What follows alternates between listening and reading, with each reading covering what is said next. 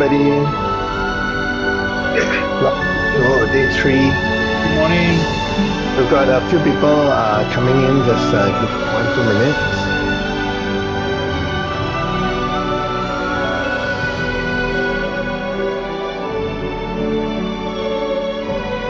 And for those of you who are in, please scan your attendance code.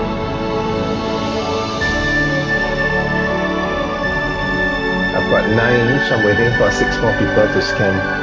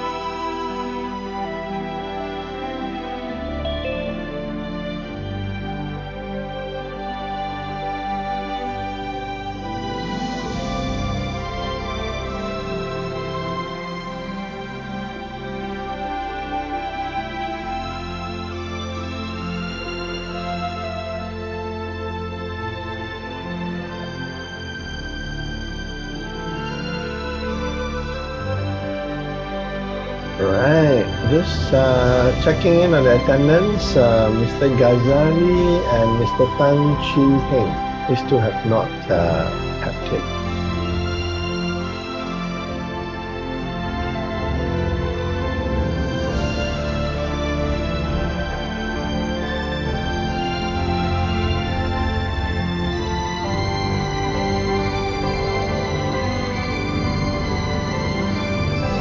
Mr. Tan, I have you. Mr. Ghazali, are you in? Let me check, No, not yet. Kamlesh, You, yeah. Later I'm going to go off because I'm going for a medical appointment, but I'll stay online. What time are you? I'll be going about 10:30, and then I'll go for a medical appointment, and I should be back by 2. But I will be online, so if you want to take the photo taking, I should be able to get in, but it's going to be a mobile phone type. Okay, no worries. We will typically take our photo just before lunch. I can fix a time now, probably around 12:40, 12:45. Okay. All right. I'll be online. I'll be online still, regardless. All right, no worries.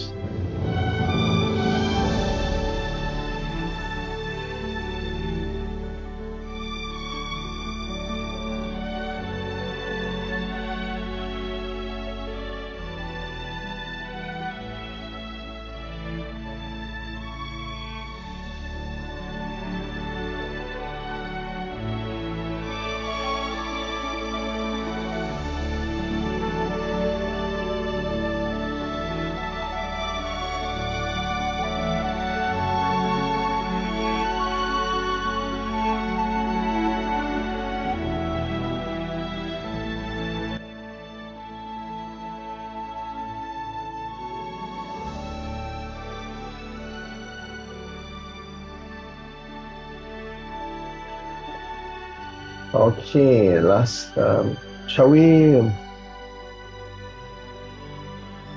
shall we get started then?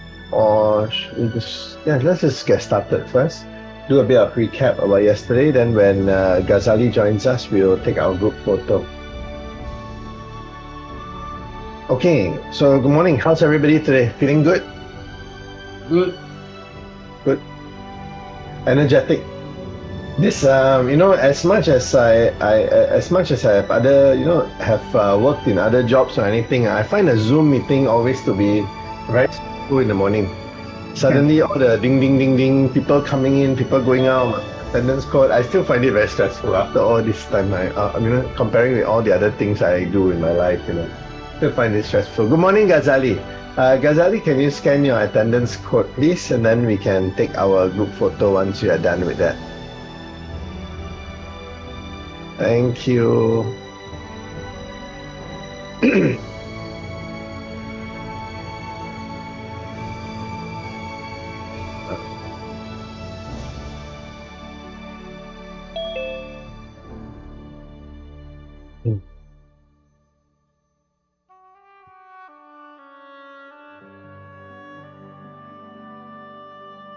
I trust all of you had a good night's sleep. Yeah. Today will be a rather more content day, and then tomorrow we'll do a bit more revision and all that in the morning time. So tomorrow will be a bit more relaxed before your assessment. Now, let me take the group photo, then I will.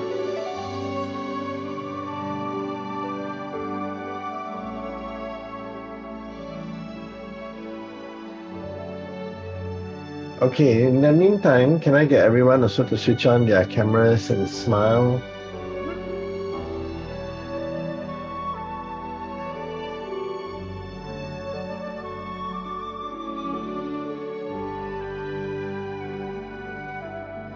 Ghazali, you good?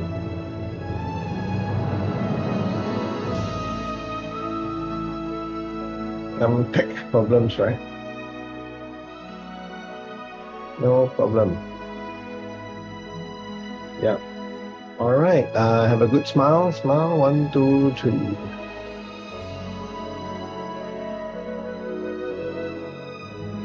Done.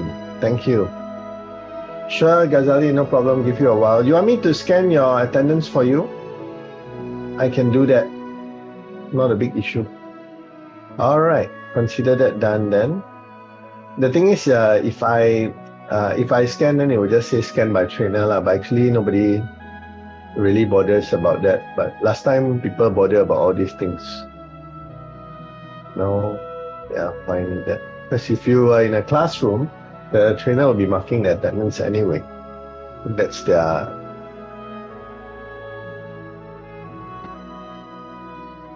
One sec to get all this sorted out.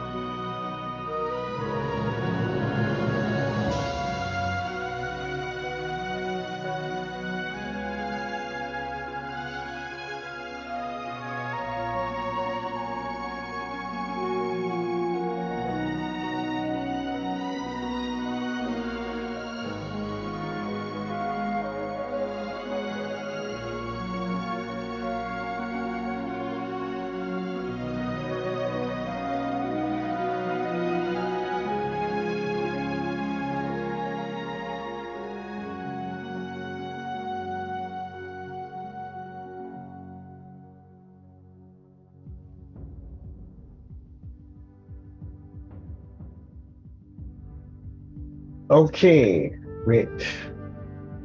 Now I sort it out.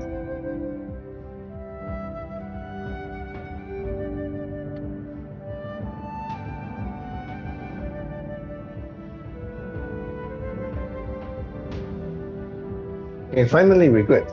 Okay, so just a quick recap of where we left off yesterday. So yesterday we spent most of the afternoon working on our risk register, and all that is nice and good. And we came up with something like this. And then we realized that we wanted to move things here. So we feel that anything that is in the red area, we have to deal with very urgently. Anything in the green area, we can take it easy a little bit. and anything in the yellow area warrants our attention. We stopped there yesterday. And today we are moving on to something that will directly impact you as in the post of an auditor. And if this were digital risk, in the post of an IT auditor. So the question that an auditor has to ask is, how do I know? How do I measure? Why is this important to me? So if you looked at a risk register, and I will pull up mine on the screen just as a working example. Sorry.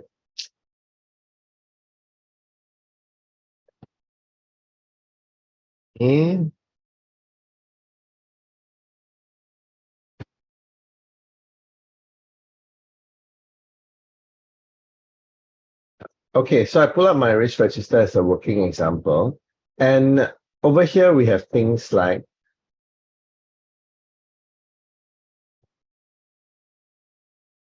so look at this. For example, cost of maintaining buildings. This is one of the risks. And we put here that our current control measures are routine building maintenance plans, business continuity plans, on-site manager. Awesome. And then we also put as our ongoing and plan mitigation measures are reviewing these plans, inspection of buildings for wear and tear, etc., etc. Now, as an auditor, you look at this and you say, yeah, it looks fair, right? I mean, it looks like these measures make sense. These measures are probably what you will do. But how do I check? What do I check? What is a building inspection? A building inspection can range from anything between a few $1 million to actually bring equipment and go and check every corner of the building, go and check the thickness of the walls or whatever. A building inspection could just be someone standing outside a building, look up, look down, hey, steady lah, pass. What is a building inspection? So as an auditor, if I tell you, we conducted 5 building inspections last year, what would be some of your questions to me?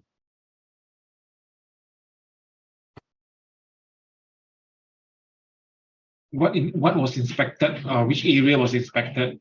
So I tell you, and just let's play along with this, right? So I tell you, we use this super active centimeter to measure the thickness of the walls at 21 different points of the building. Which points? The 4th floor toilet, the 5th floor thing. The question will be inspections based on what standards? Standard, don't know. The company just give me a quotation. I give them a quotation. They take my quotation. They accept. They ask me to do. They just say do the inspection. I think they should have a proper checklist whereby what are the inspection requirements that you need to check in a building. Yeah. See, I have my checklist, my own company checklist. This is the, they send me here to do work. This is what I'm supposed to do. So I do. I tick, done. Then I sign at the bottom. I submit to your company. They pay me my invoice. But definitely, I think they will have a red risk assessment for you to conduct. Sorry, one by one. Lisa first. Yeah, I mean that definitely for this building inspection, definitely they will check on the what are the types of like emergency response or risk assessment that has been conducted in the building. I don't know. My company is a structural engineering company, so they asked me to check the structure. So I come here, I check. My company got 3 packages, the cheap one, the middle one, and the expensive one. They asked me for the middle one, so I put them the middle one. I come and check.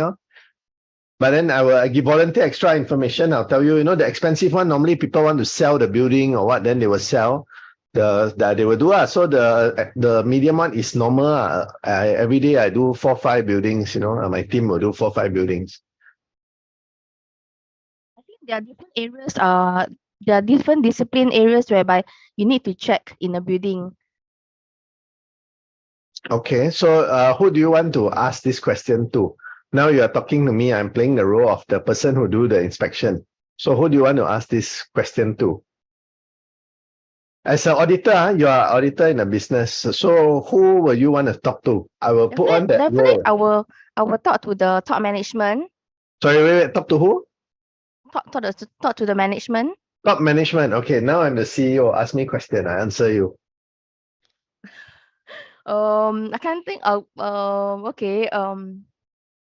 What is your strategy, business objective for your business, in your Sorry, wait, organization? let's rewind a little bit. We are talking about the impact of some maintenance of buildings, and we are talking about our regular inspection. And through the course of your audits, you read somewhere that people are doing regular inspections of the building. So I'm asking you as an auditor, how will you audit this statement of a regular inspection of a building? And you spoke to me with the persona of the person who is doing the inspection. So I shared with you what we do in the inspections. Then I question the decision of going to the CEO to talk to him about the inspection of a building, because as an IT auditor, you cannot everything also go to the CEO. CEO will probably tell you, I don't know, man, shit, I'm focused on making money. All this is my facility management people will settle. So be very careful, you choose who you want to talk to. So as an IT auditor, you go into a business and you're trying to see whether this is done. Okay, so you went to facility management, for example, and they said that one of their mitigation measures is to regularly inspect the buildings for wear and tear. So you spoke to the vendor. Now, when you speak to a vendor, what is the purpose? I suggest to you that the purpose is to make sure that the guy is actually doing the job, not say he's taking the money and never do the work. So that's about all the vendor would tell you. The vendor has no obligation to disclose any other information to you. So who do you want to talk to? Suggest, I'll put on the hat, ask me the questions. Open to all.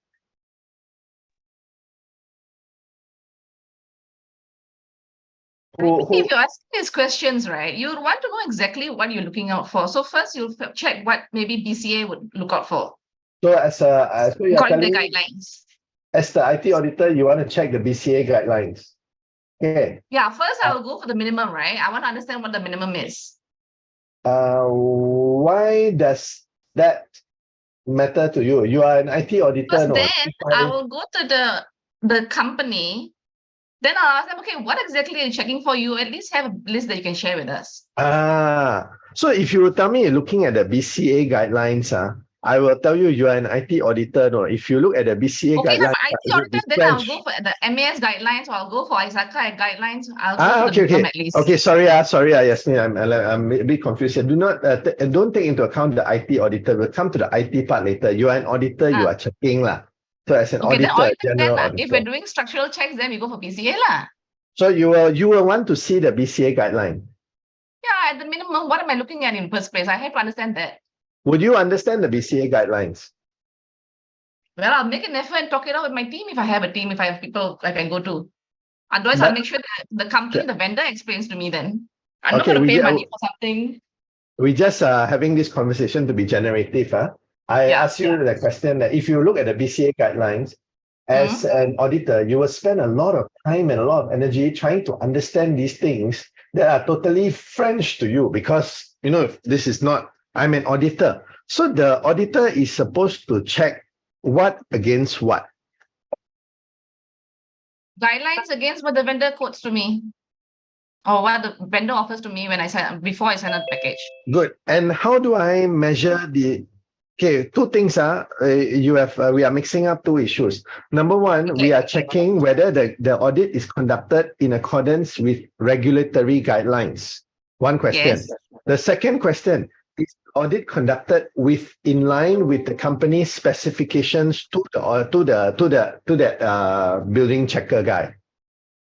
There's two separate questions, and these questions may have very different answers, because the company is under the role that they have to report to, they make sure the legal requirement is done, and very often the legal requirement may be a lot lower than what they want to do.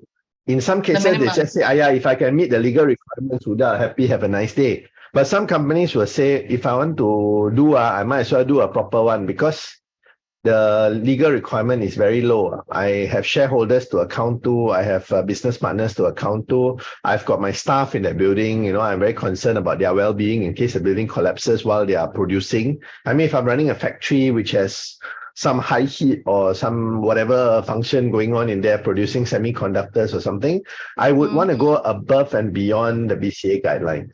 So I believe that what you have identified are two clear questions. Am I according to BCA guidelines? That's my regulatory part. And if that part is no, then I have a very big problem.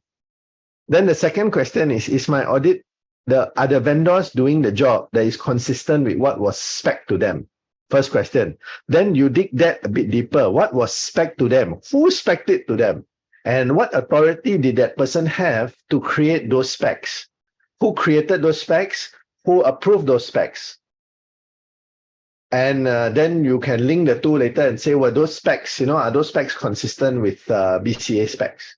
So you see, as an auditor, right, you go through the whole process. And your job is to look and see that the process is followed. All the information I give you about me checking 4 different walls or me using this equipment or that equipment is irrelevant. It is only relevant insofar as seeing that that equipment was spec'd and it was actually used. So for a very thorough audit, you may tell the guy who's doing the building audit, so tell me, when you audit, what do you do? And then on your end, you have a piece of paper detailing the actual task that he's supposed to take. And you want to see that he has actually completed those tasks. Then you ask the next question. He completed those tasks. How do I know that you completed these tasks? You're not smoking me. Then there'll be some photograph taken, or there'll be some meter reading, or there'll be some whatever printout, or some log or something like that. So as an auditor, generate a report and give it to you. Correct. As an auditor, you are checking for the existence and the accuracy of those things. You are not actually checking for the process, for the content, because you know nuts about how thick a wall should be. You know nuts about how many cracks are acceptable. We don't expect you to know. And if you want to acquire that skill, then after this audit assignment, you can go work as a building maintenance guy. You're overextending yourself. So in the financial line, and that is why financial audits obviously are older occupation than risk auditing. But in the financial audits, generally the audit team, and when you hire a small firm, you don't really have much of an audit team. You got 3-4 guys doing the audit. But when you come to a company like Deloitte or KPMG, you have an audit team. And the audit team can be very big, and each person has a speciality. Now, the problem we had, when I left university in, I think it was 2000, I joined the Singapore Police Force. A majority of my classmates decided to join the big 5 firms at that time. And there were 5 big accounting firms. And all of them joined the firms, and after about 2-3 years, realized we are doing a good job, but we are only working in one small area. Because we became very good at what we did, and we only know how to do one small area. So, for example, facility management audit, like this, right? And this is one area people will just be working in. So when the audit team comes, whatever your name is, Brian, you take care of all the maintenance issues. Make sure the maintenance department is doing their job. Or you will do the HR audit. You will audit the payroll. So they became very good at auditing the payroll, or auditing certain things that they don't know how to audit anything else. And then when it comes time for them to move on, for them to leave KPMG or Deloitte or Arthur Andersen at the time, or all these companies, a big problem, because they don't know anything. Unless they join the other company and they're doing the same thing. Oh, I used to do payroll. Yeah, okay, good. Come, you audit our, when you join our audit team as a payroll auditor, and your limit of promotion goes up a lot. So that's where a lot of auditors kind of felt that this profession was not really nice. And that's about the time where, IT and a lot of systems came up to change the way we do audits. So it is very important for us to look at the process, not the content. Because when we look at the content, we will reduce our marketability. Even in the line of IT audits, if your audit is, your expertise is so fixed into one area, you will be sucked into the content of that area. So when we talk about risk and when we talk about bigger picture things, I want you all to think more about the context of the audit, not the content of the audit. So let's revisit this again. Okay, and we'll try it one more time. So we are doing audits for, let's take something else. Okay, so everybody in the company must change their passwords for their access into their internal intranet or whatever, okay, their internal information knowledge bank or knowledge data center, they have to change this password every 3 months. This is our company rule. I am the head of the IT department. So ask me your question.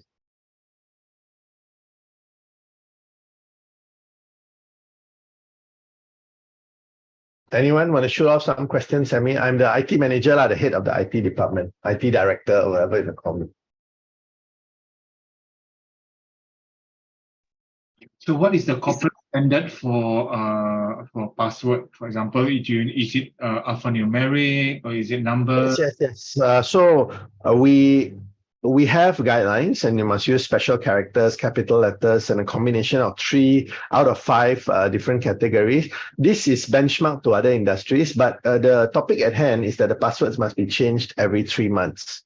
Okay, good. That's the part that you're auditing. So I need to ask about what the password looks like. That's a bit out of your scope here. We are auditing this very strict focus that the password is changed every 3 months. So yes, shoot your questions. I tried. Yeah. Okay, maybe you go first. Okay. Can you show me your compliance to ensure everyone change their password every 3 months? Okay, we don't have compliance logs, but what I have is that our system has a rule that if you do not change your password in 3 months, when you log in at the end of 90 days, it will not allow you to log in. So 2 weeks before the 90 days, it will prompt you that your password is expiring. And when you hit the 90 days, you will not be able to log in because it will immediately prompt you to change your password. Okay, good. Show me the configuration that is being set like that. Okay, sure. You can put that on your list, and when we do the back-end check, I will show you that rule in place. Okay, next one here. I would ask, can you show me the log that all the password has been changed within the stipulated time? I can show you logs about when people change their passwords, and I will be also able to show you historically. You can search by person, and you can go figure out that the time between changes has to be maximum of 90 days because the system will force it otherwise.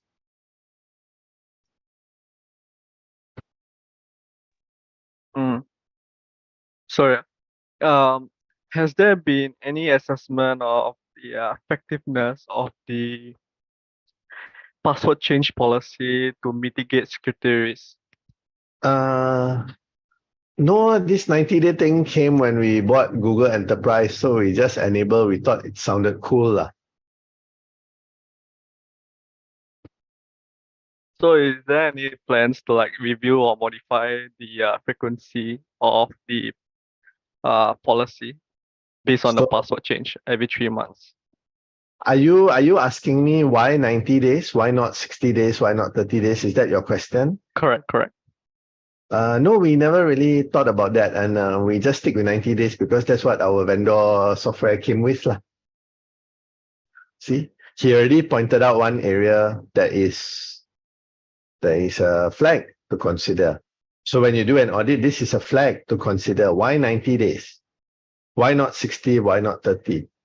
So in your findings, this can be one of your findings that, we realize the company follows a 90-day policy. The company follows the policy very strictly and adheres to it 100%. But why 90? We are not entirely convinced that 90 days might be the best. And we encourage the company to do a review on the length between password changes, for example. And this review would entail, what would this review entail, in your opinion? If I want to do a review, that means you're telling me 90 may not be the right answer. After my review, I may come back to you and say, yes, 90 is the right answer. I may come back to you also and say that, no, only 90, 120 also can. I may also come back to you and say that, hey, no, 90 is a bit too long. Maybe we should consider 60 or 30. But to get that answer, what do I do? To get that insight, what should I do? What are some of the steps I can do? Check current best practices. Best practices from who? From some security agency that publish something lah. Okay. So when you get information and when you get insights, there are various groups that you can get your insights from. One of them would be what you're suggesting is vendors, industry experts, some authority. Maybe that would fall under the arm of maybe consultants also. The other one is to find out about what your competitors are doing. You look sideways. The other one is to find out about what your partners are doing, whether it's your suppliers or your customers or something. You cannot be worse off than them, scared to lose. What kiasu syndrome between them. Another way of also looking at it is to see what are best practices, and you can, if it's not, if you are running a very small company, you don't have the money to go and get a whole consultant to come in. So what you do, you ask ChatGPT or you do a Google search and you find out what is available in the market, and then you find out where your policy stands. Now, if you are running a small IT company and you're doing some simple software development, you do not have to hold yourself to the standards of, say, Microsoft or something like that. There is no way that you can afford for the small little piddly things to follow their big high standards. So that's where we use the word risk management. Now, if Microsoft can, one breach a year is already probably going to, what is their tolerance level? Maybe their tolerance level is one breach every 5 years. Cannot be zero lah, there's going to be something, right? So one breach every 5 years is within their acceptable limits. Maybe your acceptable limit will be about one breach a year. And, you will scale you will scale your expenditure, you will scale your solution to go to that extent. And you will water it down a bit. So are you getting a sensing of the kind of questions to ask? Very good. You remember yesterday we had groups, right? And for the first part of this morning, that means before your tea break, I'm going to keep you in the same groups. After that, when we move to scenario planning and corporate governance, I will mix it up again. So you will have an opportunity to work with different group mates. But for the first part of this morning, because we are finishing up this risk register thing, I will put you back in your same groups. And the issue that you are going to work on now are two things. Number one, you have your controls and you have your mitigation measures. You are going to tell me how you hope to measure. How will you judge your controls? How will you judge that they are met? I want you to have some insight on this. Then we will come back and I will run through with you some solutions. But before I run through the solutions, I want you all to think and brainstorm a little bit. It'll be more fun that way. If I just spoon feed all the solutions to you, then the experiential learning part loses out a little bit. So I want you to look at your controls, and I want you to look at both the controls that are in place and the controls that are the actions you need to put in place, and tell me how you're going to measure them, how you're going to regulate them, to what standards. First, the thing is how you're going to define them. Then the second question is how you're going to measure them. Just give it a little bit of thought. Okay, so then now it's about 9:35. We'll just take about 10-15 minutes on this. And then after that, I will call you back and I will be explaining some new insights to you about that. Let me create the breakout rooms. Okay, what were the names of the rooms yesterday? One of you were doing it for, just name it short so that you know which room you have to go in, because it's just a temporary thing. The other one was doing the aeroplane, right? And the third group was doing the landscaping. Okay, I just break you back up into your rooms. Take about 3 minutes. So how do you define what you want to control, and how do you measure what you want to control? 2 questions.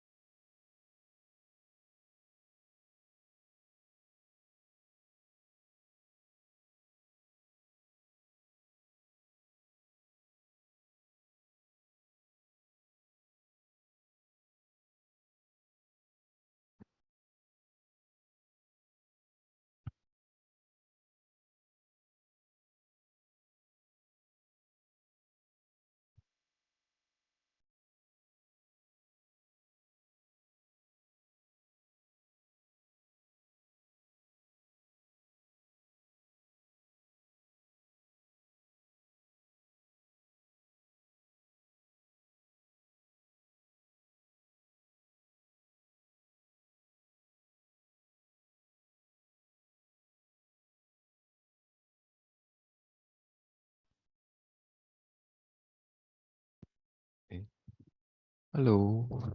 Yeah, which room you want me to put you in? We are construction room. The construction. Oh, the aeroplane one, eh? What's the Yeah, aeroplane? correct, correct. Right, yeah, Mr. Wong, which room can I put you in?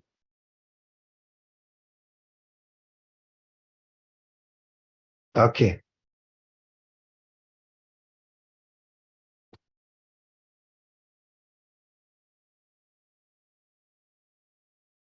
Okay, coming in already. Okay.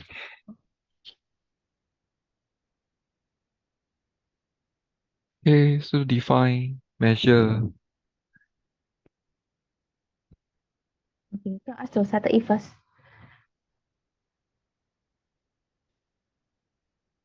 So we will go proceed without Ghazali because you see that he's going home, right? He's on the way. Yep. So we will do it on our own. So so this Must one, be right? must be on construction plane again, is it? On this Yeah, define and correct. measure. Yeah, correct. Aiyo. So just now the trainer say what? How do you define, measure, and what are the controls? Yeah. How do you define, measure, and what you want to control? So for airplane crash, what do you want to define? I think not just about airplane crash, more about the quality of the survival of Yeah, because aircraft manufacturer. yeah, Yeah. because now we are doing the risk assessment, right? Mm. So based on the risk assessment, based on the risk register, right? Mm. So what are the things that we wanted to check on Yep. in terms of the quality of the aircraft and the functionality of the aircraft? Yeah. Yeah. So what are the things that we wanted to include into the risk register? To include into the risk register, correct? Okay. I go search for answer. I want to say something substantial, so I don't want to talk Yeah, so correct, much. correct. Okay, hold on. Okay. I just want to check out.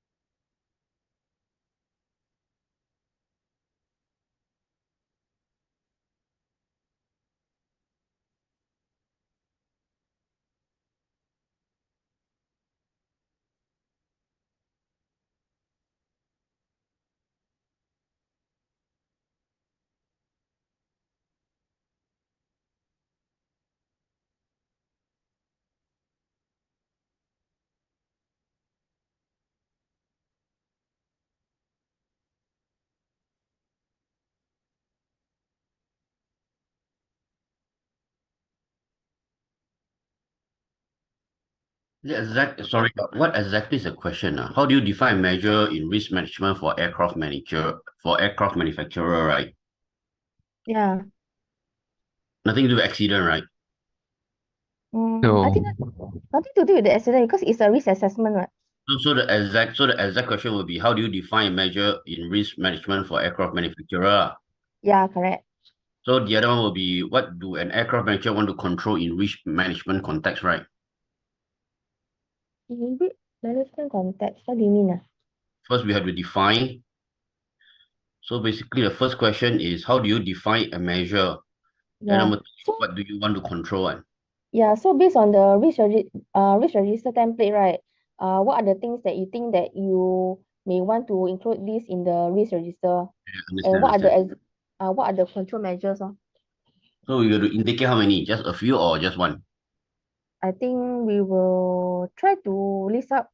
After that, once we have the information, then we will discuss internally. So we're going to put it inside the Excel. The one that you share with us, the Google form, you can put it there. Or I think you put in the one blank Excel better so that we can share. No. Are we going to use the template for the current Excel? Yeah. We're going to use that. Risk register template, right? Yeah, correct. Who want to do it? So we created one template. After that, we remove all the information. After that, we will include inside. Then after that, you can share or not? Wait, I'm figuring how to do it. Wait, let me think about it. No, no. What he want? He want us to do a Excel file, or he just want us to point out a few? No idea, Then we right? can use the Word document, the shared Word document first, or we list out the points. Okay lah. Yeah, we just Okay lah. Word Then after that, document first, yeah. we see how whether want to include in the risk register or not. Mm.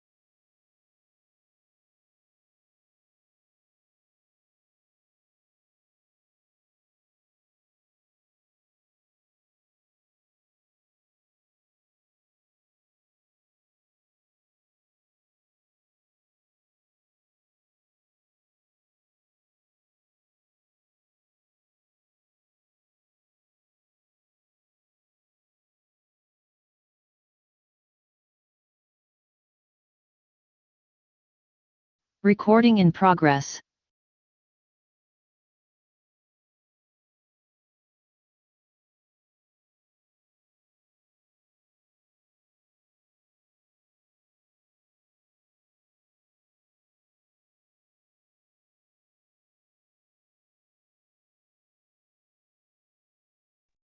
Okay, welcome back. So, during the breakout room, I had a bit of a chat with Roland,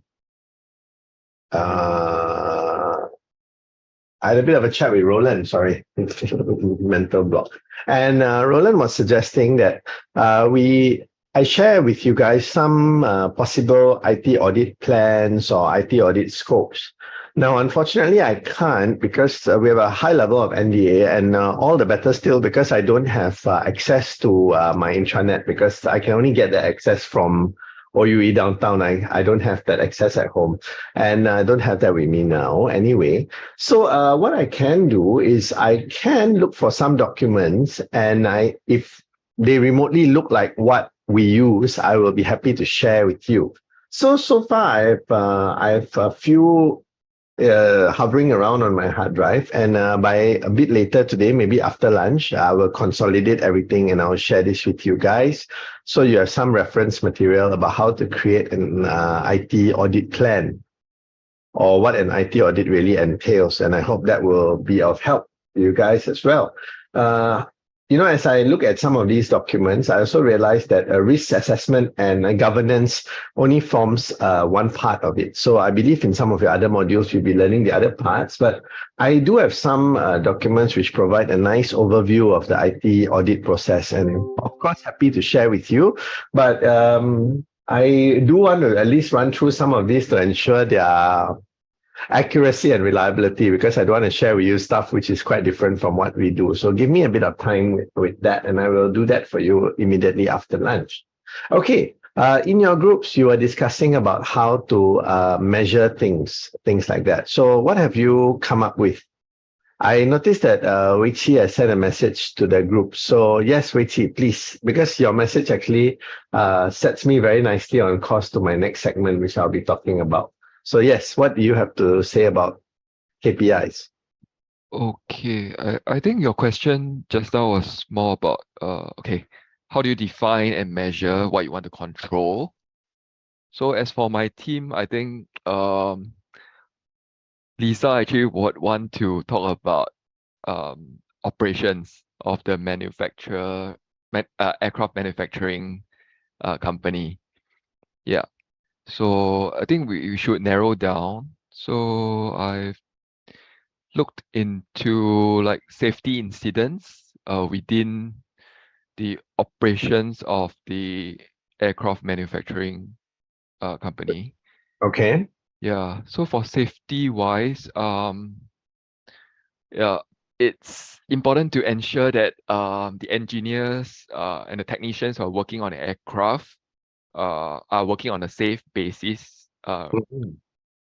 Yeah, so we will have to set those KPIs, like where do you place your equipment, whether it's at a high floor, what are the dangers being posed. Yeah. Understood. Good. Awesome. So yesterday, when we looked through our risk management concept, there were 5 circles, correct? Yeah. And anyone remember the order of the 5 circles? Can we get you guys to refresh a little bit? What was the order of the 5 circles? First one was?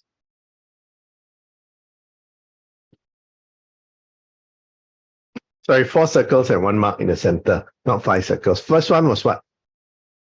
The first thing you got to do is? Sorry, Ghazali? Said something, but I didn't hear that. What's the first thing you got to do?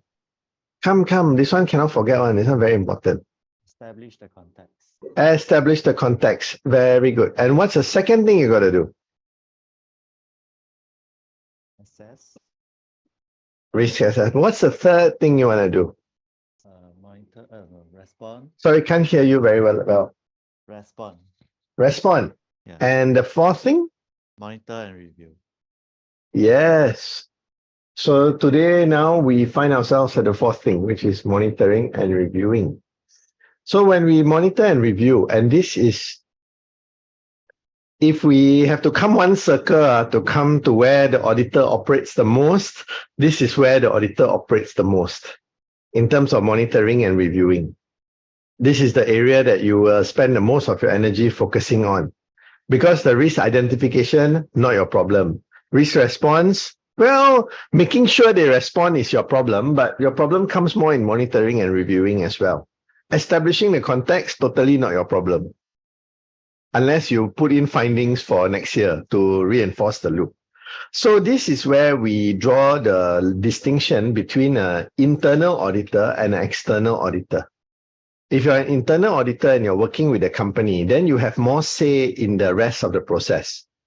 If you're an external auditor and you're hired by the company for 1 month, a year to look at their processes, then this is probably where you're going to spend 29 out of the 31 days of that month, looking at the way they monitor and review their risk. So when you monitor risk, why do you need to monitor risk? Well, simple, straightforward. This one is a no-brainer answer because you want to detect changes in the environment. You want to assess changes in risk level because of these changes. And you also need to identify new risks that can emerge from evolving trends. More so when you are in the digital or in the IT space. Because in the rest of the world, the old brick and mortar business, the emergence of new risks is very minimum because everything's kind of already been dealt with. But in the IT world, the emergence of new risks is very, very prevalent. 5 years ago, we cannot imagine people calling us, scamming us, and getting our passwords and stealing our CPF money. We couldn't imagine that kind of risk. The hackers and the bad guys are evolving at a pace that is far superior to, their speed of progression is a lot higher than the good guys. The only benefit you have is that the good guys were a bit ahead of them at the time. So now when they play catch up, they're obviously moving faster. But it's come to a point where they are running a race where both of them are neck and neck, the good guys and the bad guys. So the bad guys go a bit forward, then the good guys go a bit forward. It plays. So sometimes the good guys are leading a little bit, sometimes the bad guys are leading a little bit. That's where we are now in most cases. Now, we are talking about the business world. We're not talking about the military world and that one. That one, I safely say the good guys have a bit of a head start on the hackers. I mean, the hackers are not able, because that's military-grade technology. I'm talking about consumer and business technology. So how do we monitor risk? You used the word KPIs just now. KPIs are key performance indicators. When we monitor risk, we use something called KRIs, which are key risk indicators, very, very similar to KPIs. And we're going to cover. So why should we review risk? We should always review risk because things change. But let's talk about key risk indicators.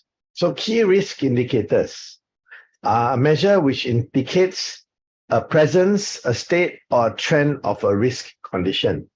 So when you're looking at HR, for example, right? Your HR department would not consider a KPI to talk about things like number of applicants per vacancy. They don't really care. As long as we got the right guy, we hire the right guy, we are fine. Now, if I have a job and today I have let's just take the private security space since I know that business well enough. I hire security officers and I'm hiring a security officer. So when I put my job ads out, I put my job ads out, for example, Tuas, need a night shift guy. Changi, I need a day shift guy. Woodlands, I need a mid-shift person. I will look at the applicants I receive. In addition to the quality of applicants, I also keep an eye on the quantity of applicants. Because if I do not have people applying for that job in Tuas, why? Why could that be? A number of reasons. Because number one, to work night shift in Tuas, maybe people find it very scary and very lonely. Not so a developed area, which is a reality because I exclude a lot of my female applicants do not even apply for that post. because they are scared to travel and, stay there alone and the place is a bit desolate. Then I look at the locals and I will realize a lot of them don't like to go there because there is no public transport. It's not very accessible. So everybody's got their reasons. And the accessibility of transport, they tell you I have to work a 12-hour shift, which means it takes me 2 hours to get there and 2 hours to get back. So effectively, I'm working 16 hours a day, and that doesn't really work for me. So I will be looking for somebody who lives in that region, maybe Jurong West or Pioneer or something like that. And I must look for somebody who is likely to have his own transport, meaning he could have a bike or he could have some car. I mean, normally we don't associate security officers with driving because the income parity on that. So they normally don't own cars. Cost of car in Singapore are very high to maintain. So they will have a bike or they will have an e-scooter or something to that effect. So I'm limiting my pool. Now, if I do not get enough people applying, that tells me that it's hard to find labor in there. And when it's hard to find labor in there, do I want to go out selling security services in Tuas? Yes and no. If I sell security services in Tuas, I'll be able to say, I can find you the man, but you have to pay me double. It will affect my pricing.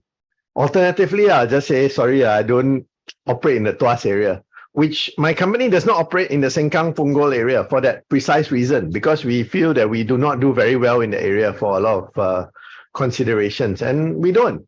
So those are things which are key risk indicators, and they will move into your business decisions. So key risk indicators, if I got every vacancy I post, I get 20, 30 applicants, good. Now, if I suddenly post a vacancy and I only get 5 applicants, that tells me something. That one job post tells me something. But now I propagate this to 20, 30, 40 different job posts, and I see the results I get from everybody. I'm able to draw a map. I'm able to actually scan my environment and do some sensing based on those numbers. So what happens? What do I do? So I give you some simple practical examples of how we manage such things. So for example, I have a high concentration of people in Jurong, but I got nobody who want to work at Jurong Island. Jurong Island is not exactly in Jurong, for those of you who know the area very well. It's a little bit off. So what do? Provide free transport. Then they tell me, okay, I know free transport's really good. Now, to make that transport even more attractive, every morning I provide tea and coffee on the transport. So they take the transport, they get a free cup of tea, a free cup of coffee, and then they go to work. Well, once a week, I even provide curry puffs on that transport. So see, that's how we use our risk indicators to actually manage our business. So it is not something that you are just checking on and fixing and solving the problem. You are actually progressing the business objective in another direction. So the job of the KRI, the deliverable given by the key risk indicator, is not just telling you that there is a problem in a company. It is actually giving you a gifted opportunity, wrapped up opportunity for you to solve your problems within your company. And that is probably the biggest drawback that people have when they look at indicators, when they look at things that are happening, metrics. They always think that these metrics just tell us whether we are making it or not, whether we pass or we fail, whether we are on our head is above the water or not. But you have to learn to frame your view of these metrics as providing you gift wrap opportunities for future. And that's where the money is. That's where the big money comes in. So there are some rules when we are designing key risk indicators. And we want these key risk indicators to have a value rationale, to be measurable, to have threshold level, to have ownership, to have an audience, and to be actionable. These are very commonsensical issues, but at the same time, it's very good for us to have a reminder and understand these principles. So I want you guys to take maybe a minute or two, and I want you to read through this. Now, there's only one term which I want to clarify, and there's a little footnote at the bottom. It's called golden source data. Now, golden source data is data which we base our assessment on, and we use it, we consider it to be very trusted data. So golden source data will be things like Singapore's economic growth, the rate of inflation. You're not going to measure it yourself, right? So you have to take it from the trusted source, lah. And as your business goes, probably I would say lower down the spectrum, and you are not a Microsoft or you're not an Apple, you will rely more on external data sources. And this creates a very important message to the people doing it, that they should also check on the validity and accuracy of these data sources.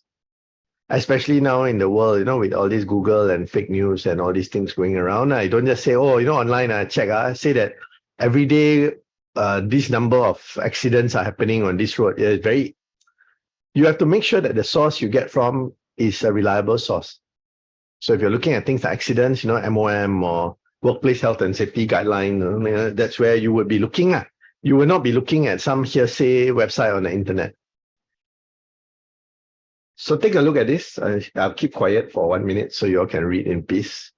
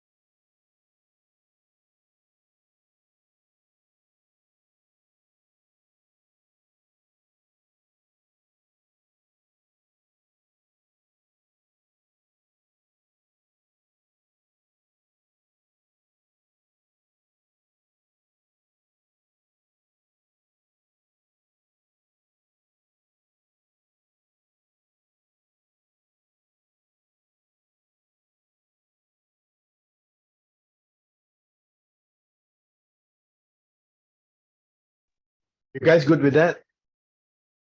Okay, good. Come. Now, the next thing is to establish a threshold. And now you're beginning to see where this audit thing comes in, right? So we are trying to make it a more of a scientific thing. So first we identify the risk, then we identify the source of the risk, then we establish a key risk indicator. Then we establish a KRI threshold. So let's look at the example that we have. So the risk is downtime of our system beyond business tolerance. The driver of the risk is because we don't have an effective disaster recovery plan. Now you look at the risk that's been very carefully stated. Downtime of systems beyond the tolerance. It's not just downtime of systems. Downtime of systems is act of God also can. Server room, earthquake, typhoon, tsunami, everything also can. But beyond business tolerance means my business tolerance is maybe 15 minutes and beyond 15 minutes. So this one is very clearly pointing that my disaster recovery plan is not up to scratch or it can be improved. So can you also see how very clearly this risk has been defined? Because when we talk about downtime, the conversation cannot finish, no? So business tolerance, what is the business tolerance? So business tolerance, let's take it as defined. So we say our disaster recovery plan is not effective. So what is the key risk indicator? The key risk indicator is percentage of critical business process without a proper business continuity or disaster recovery plan. That means every business process must have a proper plan. But maybe if more than 5% of our process don't have a plan, we consider it to be a very high risk. If less than 2% don't have a plan, okay lah, steady lah. We got 100 business processes. If we can recover 98 of them within the threshold, I'm quite happy lah.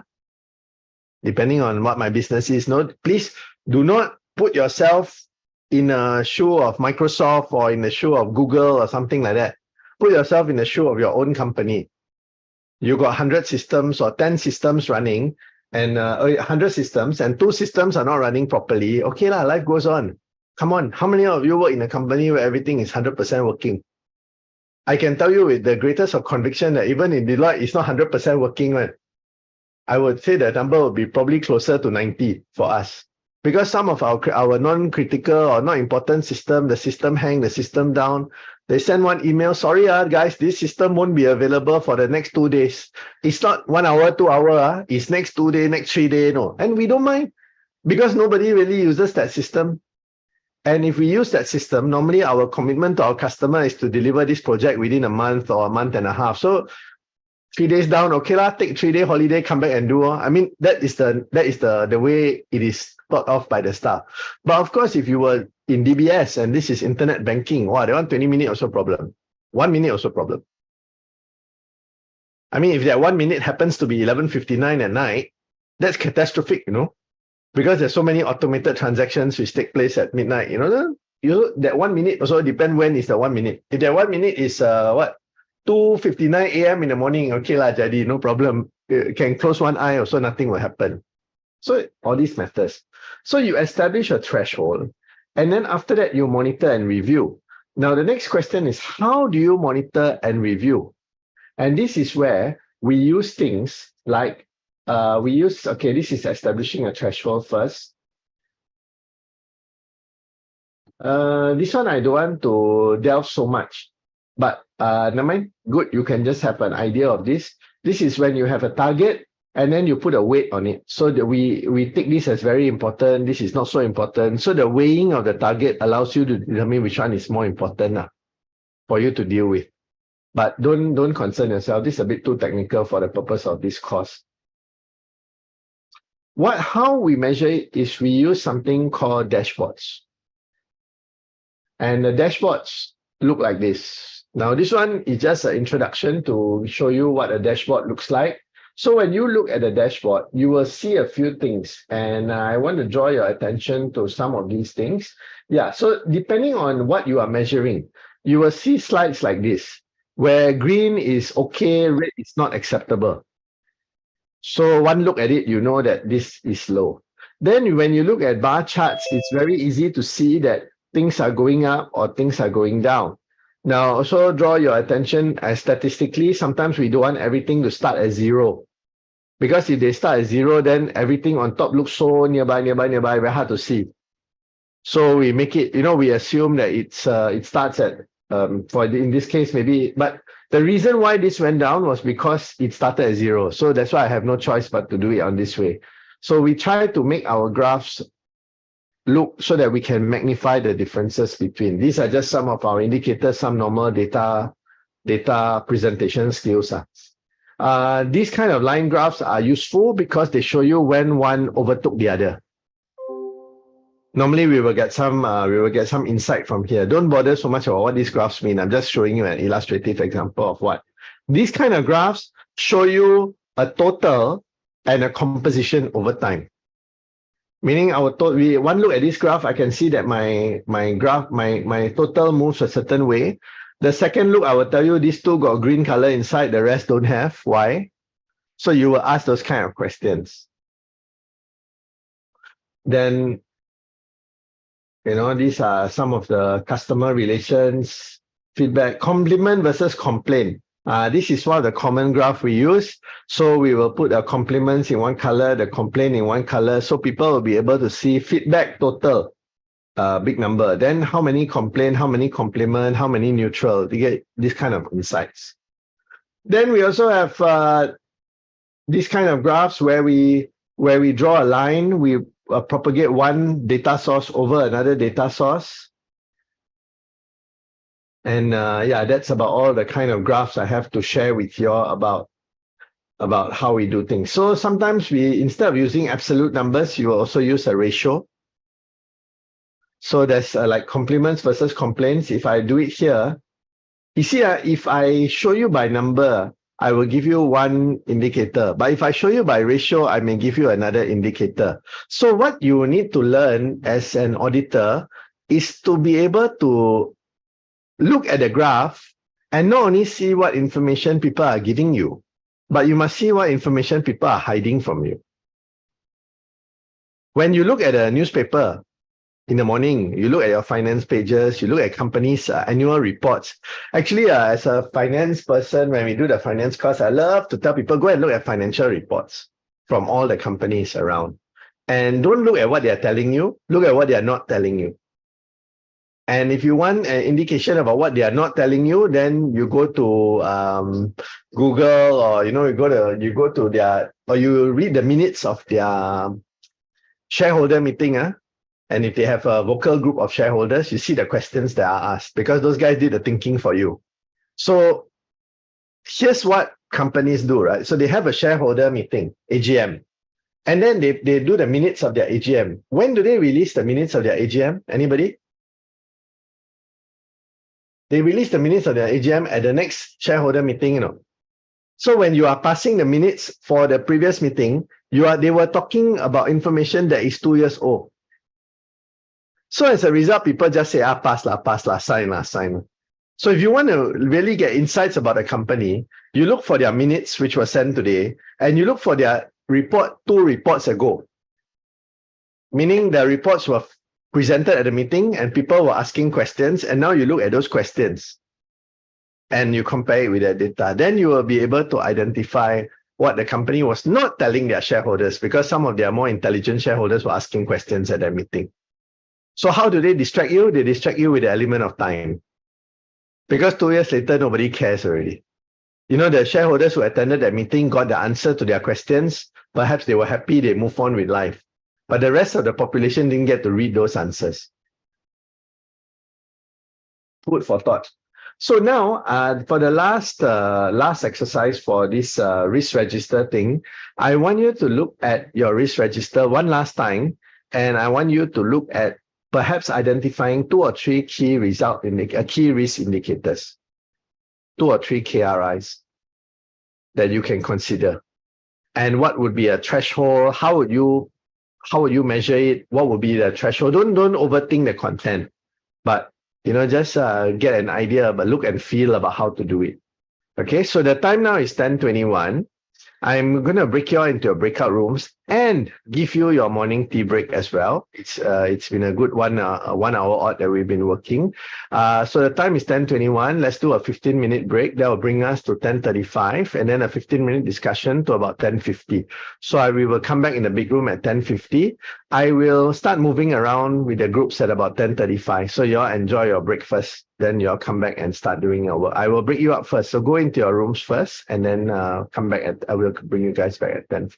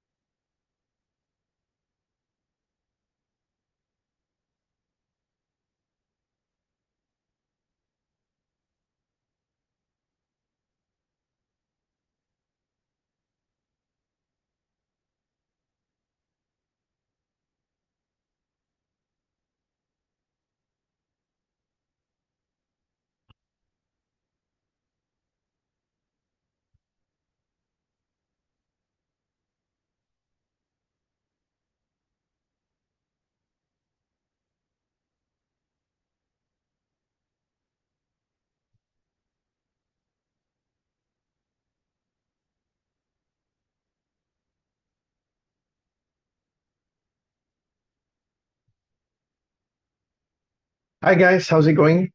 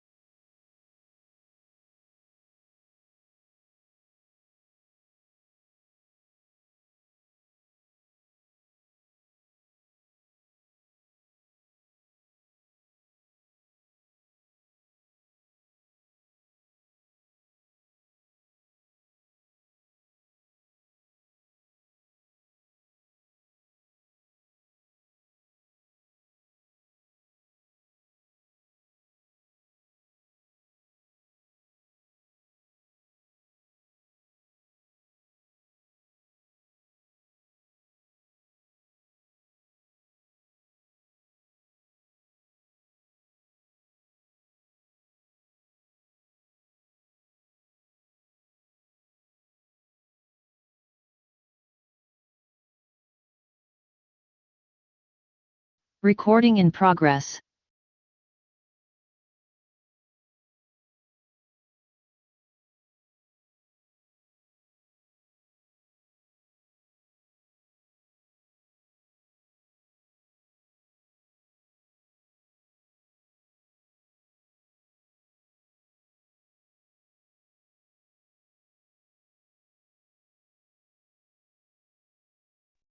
Okay, welcome back, everybody. Now, before we move on we have effectively come to the end of our whole enterprise risk register, that component of this module. Officially come to the end of that. But before we move on into our next big topic, which is scenario planning, I would like every group to share on screen your risk register, and I want you to talk us through one line. I want you to choose one person, one rep, and talk us through one line. Line meaning all the way from the beginning, identifying that one risk all the way, what are the mitigation measures, what are the control measures, what have you done? And in that one line, I would like you all to use as much of the new vocabulary, the concepts, the knowledge that we have acquired in the last 2.5 days. Is that a very challenging task? What do you think? Yes, Michelle is nodding. Yes, challenging. Would you all like a little bit of time to prepare for that with your groups? Give you a few minutes to prepare. And then I want one of you within the group, or if you want to do it as a 2 or 3, or even all 5 of you want to come forward and chip in one sentence each, I'm fine. But within, let's put a time cap on this. I don't want the group to take more than 3 to 4 minutes. Okay, maximum 5 minutes per group, and share one line. Choose which line gives you the best narrative, which line gives you the best story. And I want you to, your risk, the Excel spreadsheet, I want you to continue further and talk about your KRIs and how you're going to measure these controls. That portion comes on top of that. The rest is all there. So I want you guys to really, really use the concepts and the language which you have acquired in the last 2.5 days. I know, try to be very professional about it. So if you want some context, you are effectively telling the board, and the rest of us, the other 14 of us listening, are your shareholders and board members who are listening to you explain how you've gone through this whole risk and how you'll be checking things, how you'll be measuring things, what are the controls in place, whatever. So I'll give you guys about 15 minutes to discuss it within your group. Now it's 10:55 until 11:10. And then from 11:10 to about 11:30, we will have this presentation before we move on to our next big topic. So this effectively completes it. So summarize everything. Try to best to include everything which you have covered in the last 2.5 days. Then we are moving on to something totally different.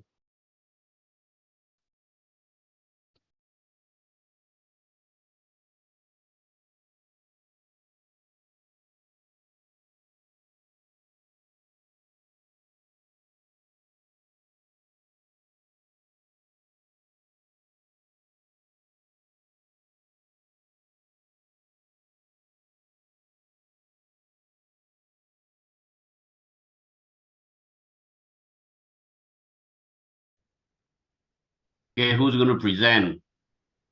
I think I just put you back already. What, sorry? Just put just provide 1 or 2 liners, is it? Yeah, but the KRI control, I think I did on But the KRI is like the early warning signs.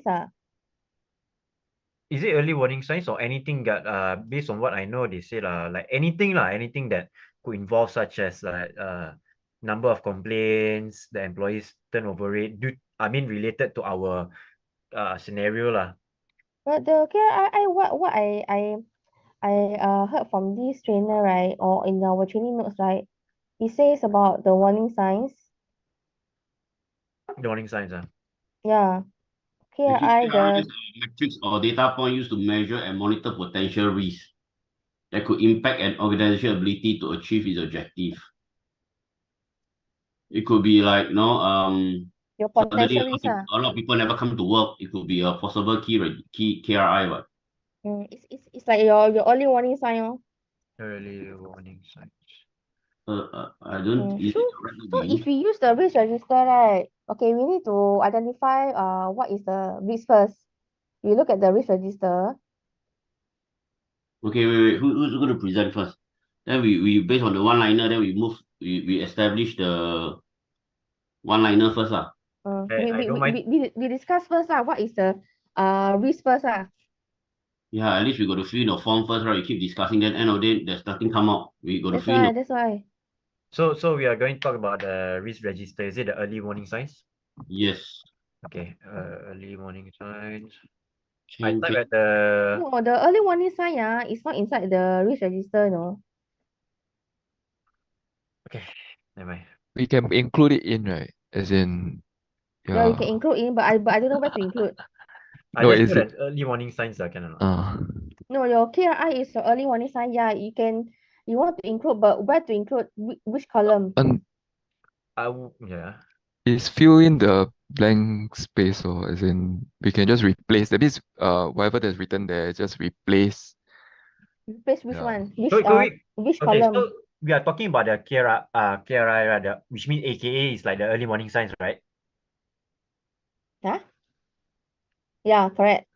So which means we are talking about can I state about employees turnover rate, and then we discuss further about it. Okay, so it will like what's the thing that it will impact the organization? If you say the employee turnover rate, right? So what will impact this employee turnover rate? How does it impact the organization? What kind of risk? Okay, so before that, right, the risk could be in terms of loss or increase. Okay, maybe the risk is retention of employee. Retention Retention of employee. Then after that, the risk cost, it gives a poor reputation, increased workload, right?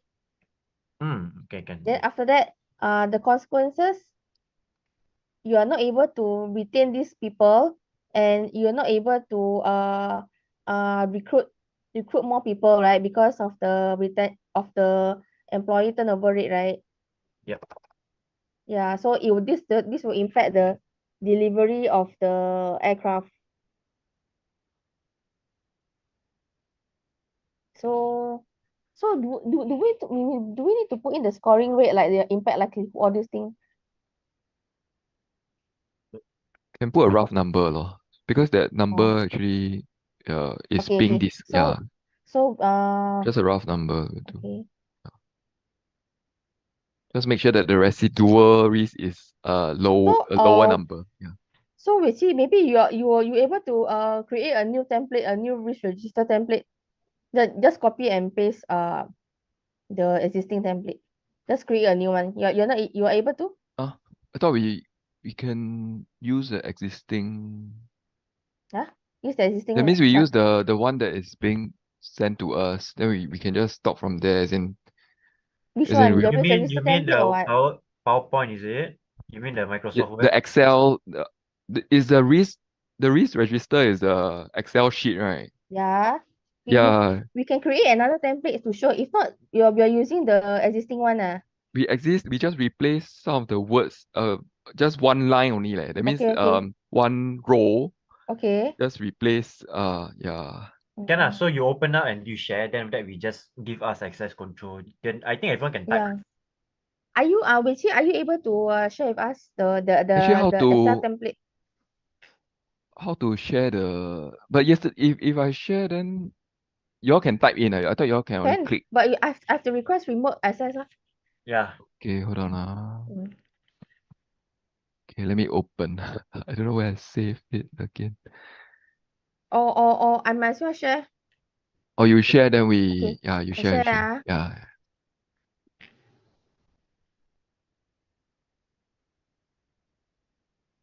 Able to see my screen? Yes. Okay. That means we just change the risk number 1 to our one. Okay, so we're interested in the employee turnover rate, right? Mm. Okay, so do we need to change this row number 2, the row 10 or what? I think we stick to number 1. That means we changed everything that's number 1. Okay, so we change everything. But it must look something like number 2 to 4 Number 2 to 4? As in it must look alike, as in 2 to 4. The rows 2 to 4. So ours is just row number 1. The whole of row number 1. But we can just delete and put in the new Yeah, one, right? we just do row number 1. Okay. Yeah.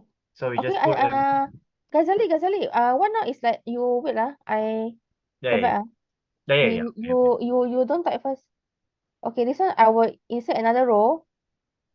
Okay, then we do our own Like that also can. Like that also can what? Yeah. Okay, wait where's the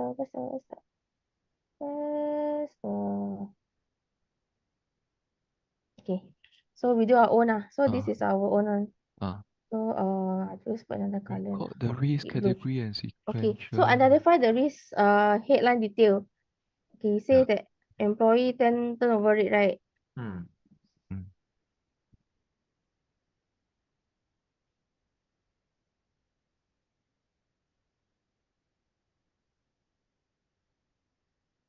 Okay, employee turnover rate. Employee turnover rate. Employee retention.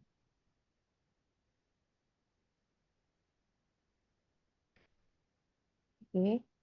Then after that, identify the root cause. So this one is category what? Under people, right? C. Okay. Can we put under finance? Because we can put under finance because it requires money to pay them off. Because when you're talking about financial, when you're talking about employee rate, isn't that involved in a lot of money need to fork out? Or could be also operational? I think can put under C C people is okay. People, Yeah. because it's people, right? Just general, yeah. Yeah. So okay. C. So under risk or impact will be, is it significant, minor, moderate, major, or what? Major. Quite major, right? Yep. C4 Okay. C4. Okay, identify the root cause. Okay, what is the risk causes? Increase in high demands. Demand of the job scopes, is it? Can I say inability to deliver aircraft? Inability to deliver the the targeted number. Targeted number of aircraft. Because they are not able to deliver because due to the decrease in demand for people, right? Yes, correct. Yeah, inability to deliver the targeted number of aircrafts. I think this will be under identify the potential consequence, right? No, we are not focusing on the root cause. Yeah, I know, but then this answer, I think more suitable to be under the next column, under the consequence. Under consequence, Yeah. What is the root cause for the unemployment rate, employment turnover rate, You understand? What is the root cause for the employment turnover rate? Okay. Okay, I think this one should be here. Yeah, should be this one should be under the yes. Okay. Can put toxic work environment, This one is due to you can say reputation damage. Toxic work environment. The root cause usually high turnover is due to toxic work environment.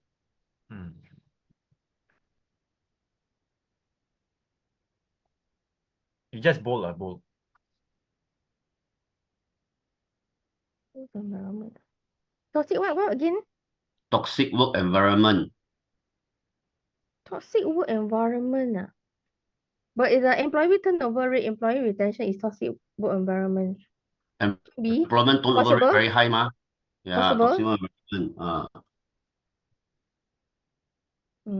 Okay. Then because toxic work environment can cover a lot of things, maybe everyone for themselves, leader no good, a lot of factors lah. Leadership Maybe issue, just put leadership issue. leadership issue. Yeah, Management. leadership Safety issue, also can, right? biasness, discrimination, all these Mm, That's why it's part of toxic work environment discrimination. Okay. Just put like that first can Okay, can. Okay, then the impact, the impact is how many? 1 to 5? How big is the impact? Major lor. Major 4. Then after that, likelihood is 4 possible. 3 or 4? 4. 4, probable. Mm. Okay, so become 8. okay, 16 already. So you see 4 on 4. Oh yeah. 4 on 4, 16 ma. Yeah. Okay, then after that, identify what current controls are in place. Is this inherent, right? Nothing lah. This No, is this will current mitigate risk. This is Current current mitigation risk measure. mitigation. So that means that okay, this one Direct is current current is like usually what are one the existing control?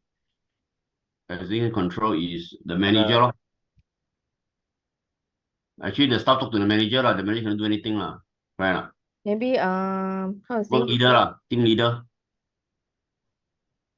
Identify what control in place is counseling. Counseling, coaching Team leader lor. Counseling. And coaching through team leader lah. Counseling and coaching, then responsible is team leader lah. No. By team leader, you put who is responsible. The right hand side one. Yeah. So communication. Okay, this one I just put communication. Yeah. This one is by team leader lah. Yeah, team leader. You can also put HR also lah. Yes. Team leader.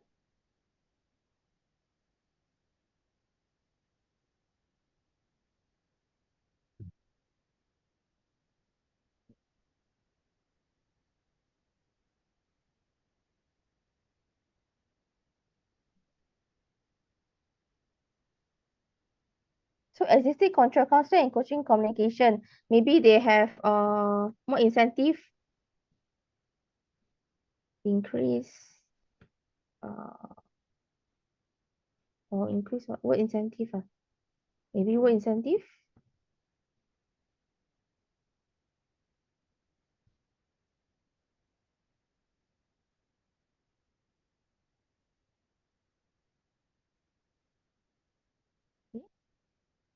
Then link the risk to your strategy objective. What is this? Link the risk to your strategy objective. What is 1122?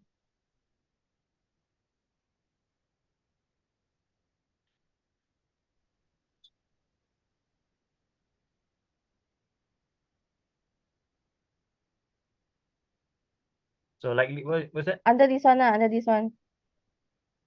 Under this one, right? Yes. Because this one is like say link to the risk to your strategy objective. So under strategy objective, we have early warning indication number 2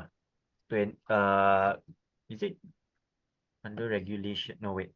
Because it says because number 3, to encourage 3, right? To encourage a Yeah. culture of pride and trust across the organization. Yes. 3. Yeah, number 3. Yeah. Yes, okay. Then after link the risk category and refer to what? Link the People. risk category. Because that's why I say people, right? Then now it's people already. So what is risk category? No, just now I see. You look below, right? The referencing, right? There's like legal, regulator, people. So Oh, yeah. okay. So it's also because of People. it's under people lah. And Because it's people. human lah. Yeah, correct, under people.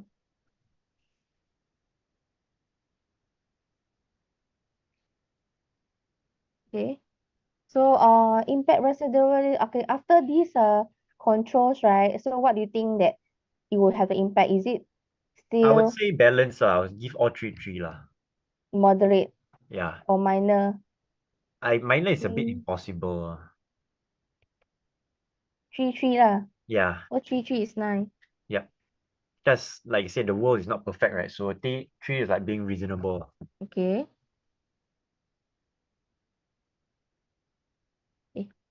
What happened?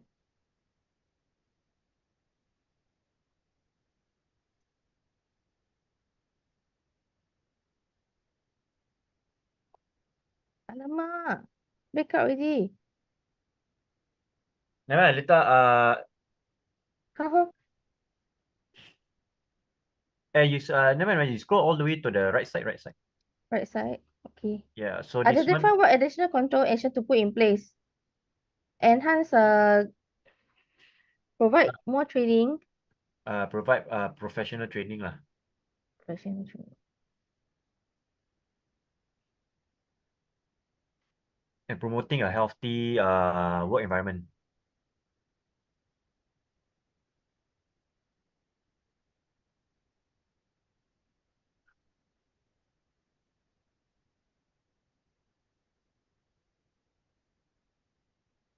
Promote healthy yeah.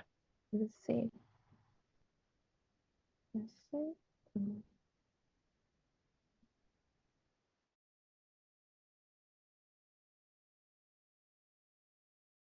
Okay, we're Recording in gonna share this progress. screen for now. Really, this group so enthusiastic. Yes, come. And maybe I will start first. I cannot see. Yeah. So for everybody, before you start, I Yeah. will be asking all of you to individually rate your peers' presentation based on two factors. Number one, how clear they are in how articulate they are, and number two is how convincing they are. Not convincing as in as a person, convincing as in the argument. Are you convinced? And are you impressed with their presentation? Those are the two questions. They can be, one can be yes, one can be no. They are very different questions.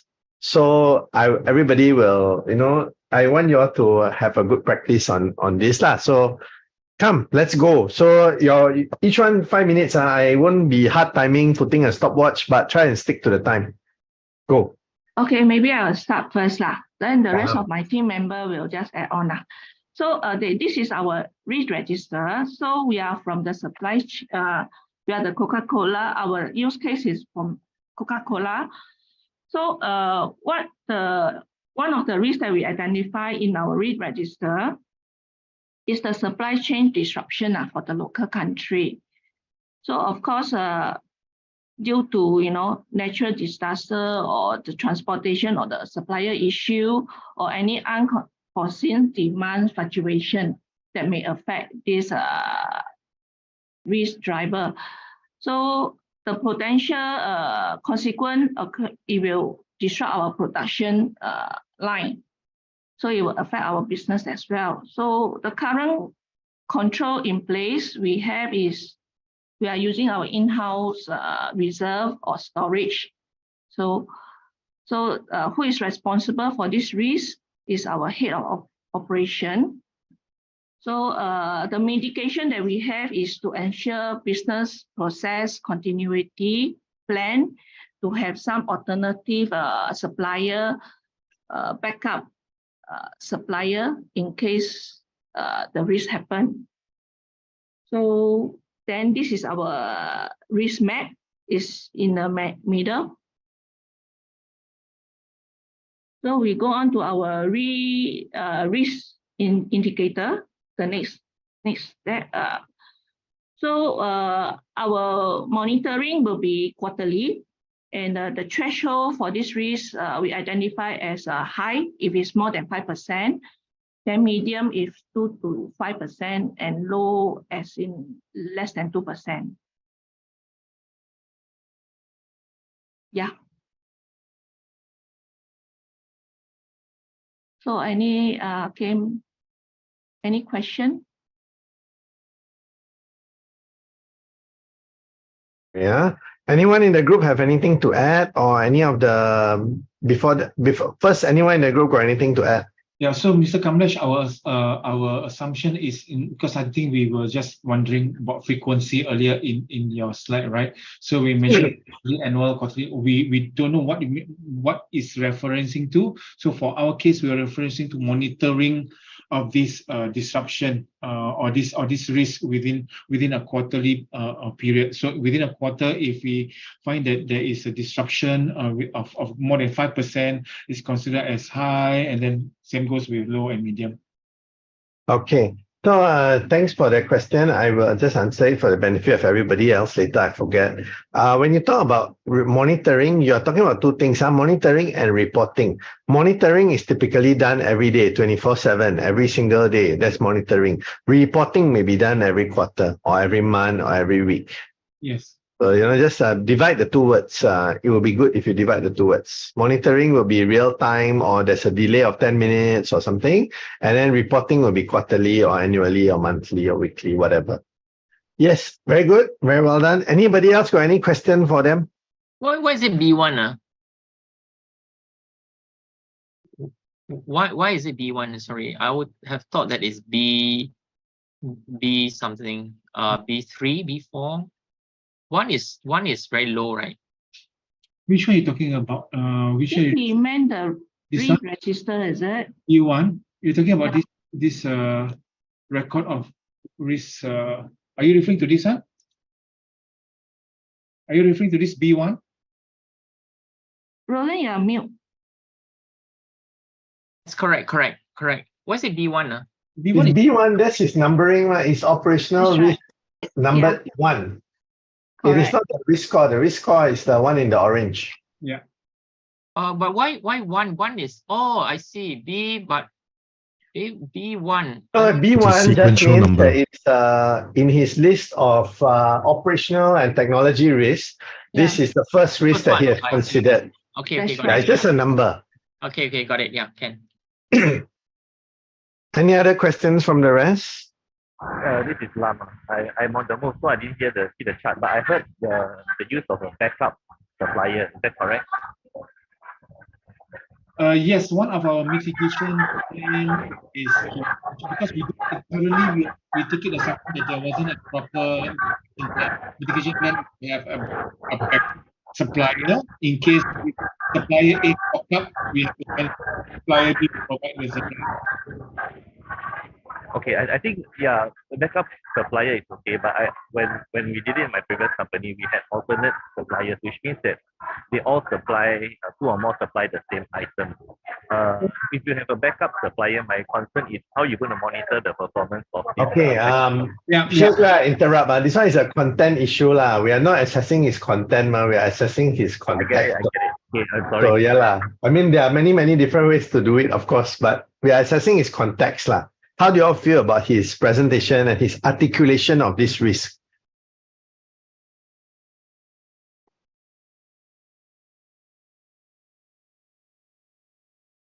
Everyone else, nothing? Then we move on to the next group. Later we can have closing. You all can share your general comments. No issue. Come. Next group. For the rest of you all, just focus more on his context. I mean, his content, if they talk about F&B or they talk about Aero, some of you may have deeper experiences in those domains, but don't judge them for that. Wording. Judge them for their context.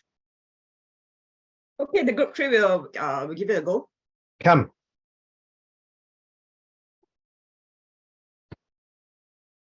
Okay. Okay, so first of all, because we are a landscape company, we are heavily reliant on skilled staff workers. So we have identified our risk as having an insufficient skilled and trained worker, and that this is basically due to the lack of trainers and training. And the consequences of this risk is that it may lead to injuries and accidents. So we did a risk assessment and we placed the likelihood of such a risk to extremely extreme, and the impact to the company we rated as 4 major because this is detrimental to the company as a whole. So what we have in place as a current control, right? We definitely have training for all this stuff, and who are responsible for it? So the HR, the head of human resource is responsible for managing all this training for the staff. So so we have come up with the mitigation for this risk is that we will be increasing more training, such as like laboratory exercise, micro learning, and maybe examinations to test their understanding. Because we find that having this kind of micro learning courses, this kind of short courses, right, actually, as and when will actually enhance and refresh their knowledge on safety, all these things. So we, after all this mitigation, right, we think the likelihood will be lowered to moderate. Impact wise, we're still expecting it to having some impact on the safety issues, so we rate it to minor. So as for how we will monitor it, we will be using attendance frequency examination as a way to monitor it. So for attendance, why we will rate it as 3 out of 5 attendance, right? We rate it as medium. When it's 4 out of 5, we rate it as high. Similarly, for examinations, we rate it, we have some questions, say for 5 questions, right? If you can answer more than 3 questions, we rate it as medium. If you rate it 4 and above, we rate it as high. So our rate of success, right, will be placed on 6 to 7 upon 10, right? We rate it as medium. Anything more than 8, we rate it as high. That's it. Thank you. Awesome. Thank you very much. Does the group have anything to add? If not the group, then does the other groups have anything to add? One question about responsibility. Why is it HR's responsibility on technical expertise? They are supposed to source for the trainer, things like that, right? We will not be expecting the the respective head to actually source for the training. All trainings or training wise, all this actually is under human resource. Wouldn't the operation be more?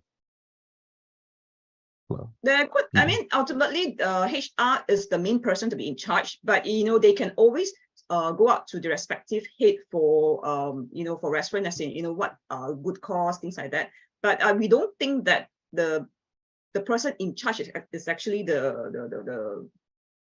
non-HR.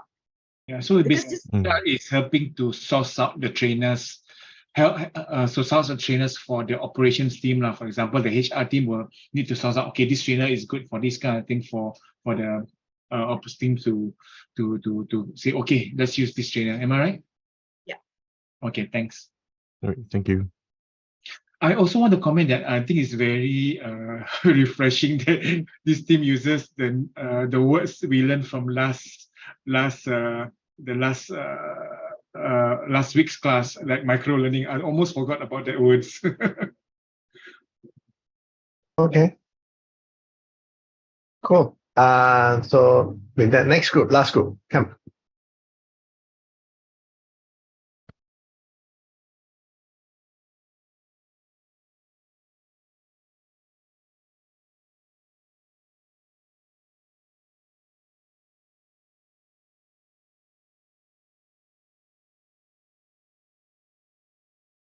Last group. Hello. I think we don't have time to finish up this thing. We don't have time for a lot of time to discuss. So do you all want to share whatever you have? Because I don't want to revisit this again later today. We are done. This one, it's we actually talk about the discussion on this employment turnover rate. Sorry, which industry are you talking about now? The aircraft and the aeroplane. Okay, so anything? Do you all have anything to share on screen? No, nothing. We have, but then it was not so. It's okay. Something better than nothing. At least the people will know what you are looking at, what you are talking about. Always better to have something. If you have any of the other group members, and then maybe you want to present not? Or Ghazali also can. You just share your screen, Ulu. Wait, because we did not discuss on the transport and all those. It's okay. Whatever you have, don't stress.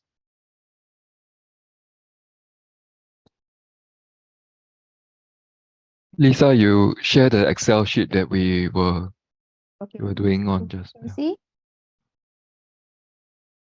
Okay, come. Yeah, this one is the risk, right, will be the employee turnover rate, employee and retention. So the root cause of this will be maybe there are some work discrimination or toxic work environment. Then potential consequences will be inability to deliver the targeted number of aircraft by the clients, requested by the client. Then impact will be 4, likelihood will be 4, so the total score will be 16. So for the existing control that we have is to provide counseling, coaching to the staff. Maybe we'll have right work incentive and good management support by the management. And who is responsible? The risk owner will be the respective team leader or the head of HR. Okay, so this will be under the people. Then the residual risk scoring will be 9. The additional control that we need to have, or the ongoing measures that we need to have, is to provide professional training and development programs, promote a safe and healthy workplace environment. Yeah, so but we did not discuss on this KRI, is it? Yes. Oh, you don't have that? Yeah, because we doesn't have the time, and we all looking into it, you know. Okay, no problem. Okay. Yeah. So any of the others got any questions for them? Or anybody in the group want to add anything?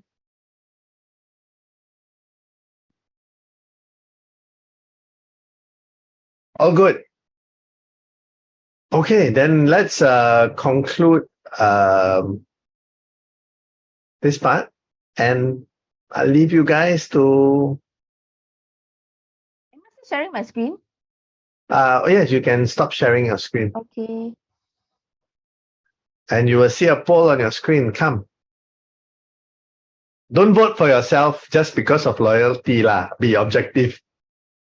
Otherwise, every group 555. Very straightforward. But be objective.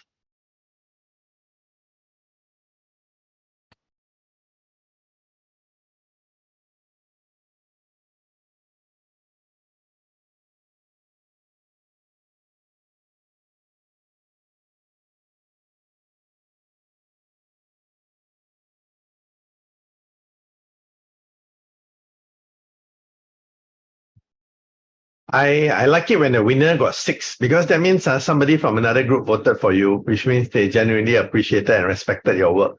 Anything until 5 means your own group maybe vote for themselves. Hard to say otherwise. It's just a numbers game, right? It's where I don't have identity, so it's hard to say, but yeah.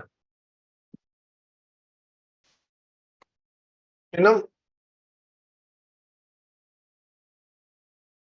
very good. So yeah, clear, defined result. We don't have everybody who voted. Two people didn't vote, but the results very clear. So well done to the group that was doing the FMCG work. You know, very well done. Good job. Even your peers find it good. I thought that was one of the better ones too myself.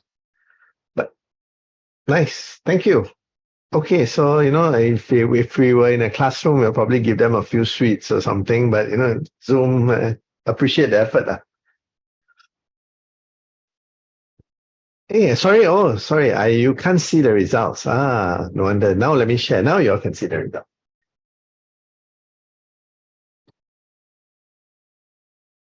So for your group, you know, relatively 8 and 7 people voted for you, which means that more than your own group voted for you, which means other people also found your work of standard which they desired. So well done.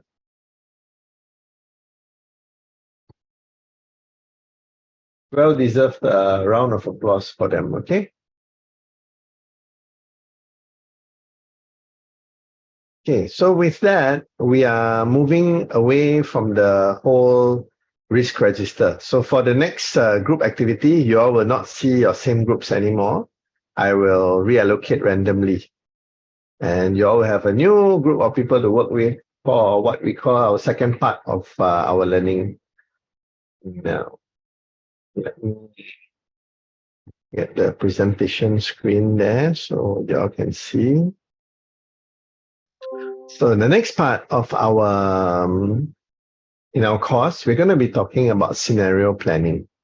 Now, this is of maybe slightly less relevance in a terms of audit, but if you are working in-house as an internal auditor or so, this is a very useful skill to have in any element of the corporate world.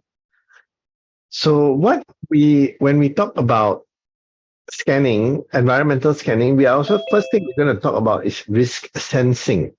And risk sensing promotes a more connected thinking.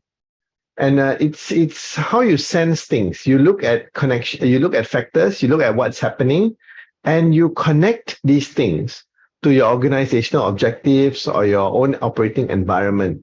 So it is very easy to say, oh, there's a war going on in Ukraine. Yeah, good, there's a war going on in Ukraine. But how does that affect me? How does that affect my objectives? How is that impacting my organization? What do I have to look out for? So you will have things that are first line, as in the first tier affects you. So if your company buys something from Ukraine, buys some supply from Ukraine, you have a first layer of effect. But as an economy, we all have a layer of effect, some way or another, second layer, third layer, fourth layer. So we have to be able to see where our company's effects come from these things. And then that's first level. Huh? So when to go to the second level is to see that when are these things going to happen? How long will that effect take to impact me? Then what about other events? Because the war in Ukraine, for example, is not happening alone. There are other global events happening at the same time. A, B, C, whatever. The haze is happening in Indonesia. Weather problems are happening here. Floods are happening in India. Are these things connected? Are they affecting me in a connected manner? If your company is supplying or procuring things from all these regions, then yes, it affects you.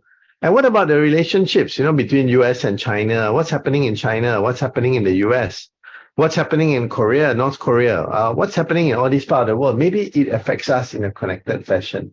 Locally, what's going on in this industry may affect this industry. What's going on if there's a SMRT breakdown today, which delays everybody by an hour or two, how does that impact my operation? First layer, second layer, my staff may not come to work. Yeah, remote work from home. What if my staff is stuck in the train? Then maybe there's no work from home. Or what if they are outside? Or what if my staff have to go for a meeting and the person's stuck in the train? Then my client is waiting for my staff. What do I do about that?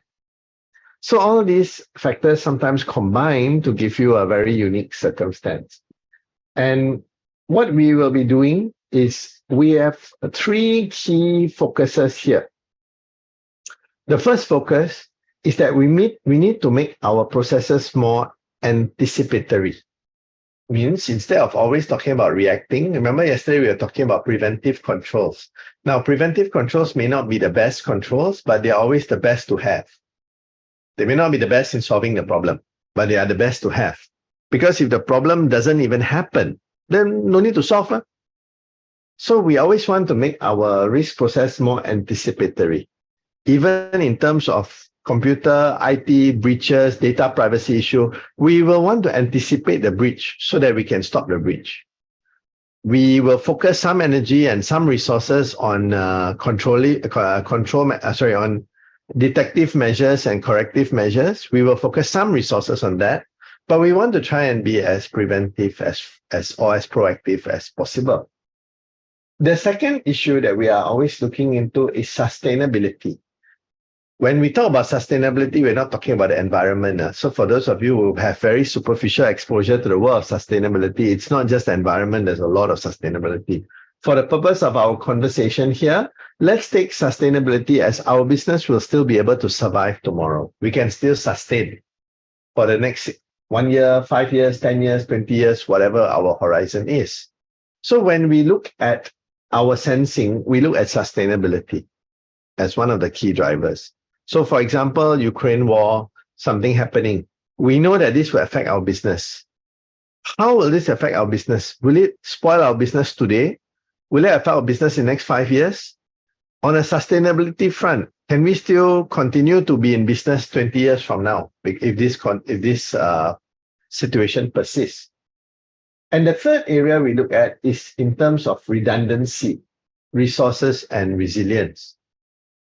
So because of these events, is it necessary for us to create a redundancy?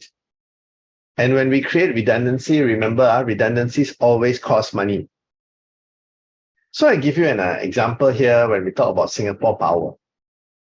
One of our greatest risks, this is when I was working there, this is like back in 2010.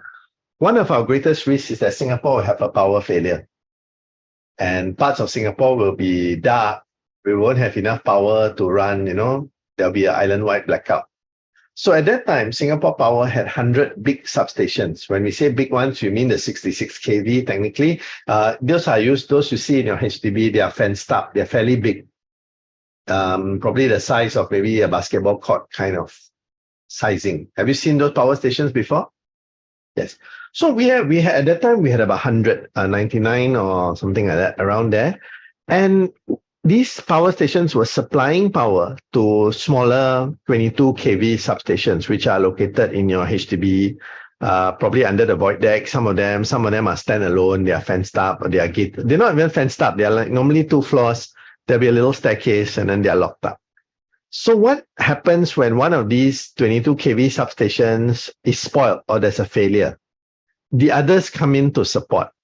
People don't have any power failure. In fact, you won't even see your light flicker to the naked eye. Only very sensitive technical equipment will notice that there is a bit of a power change.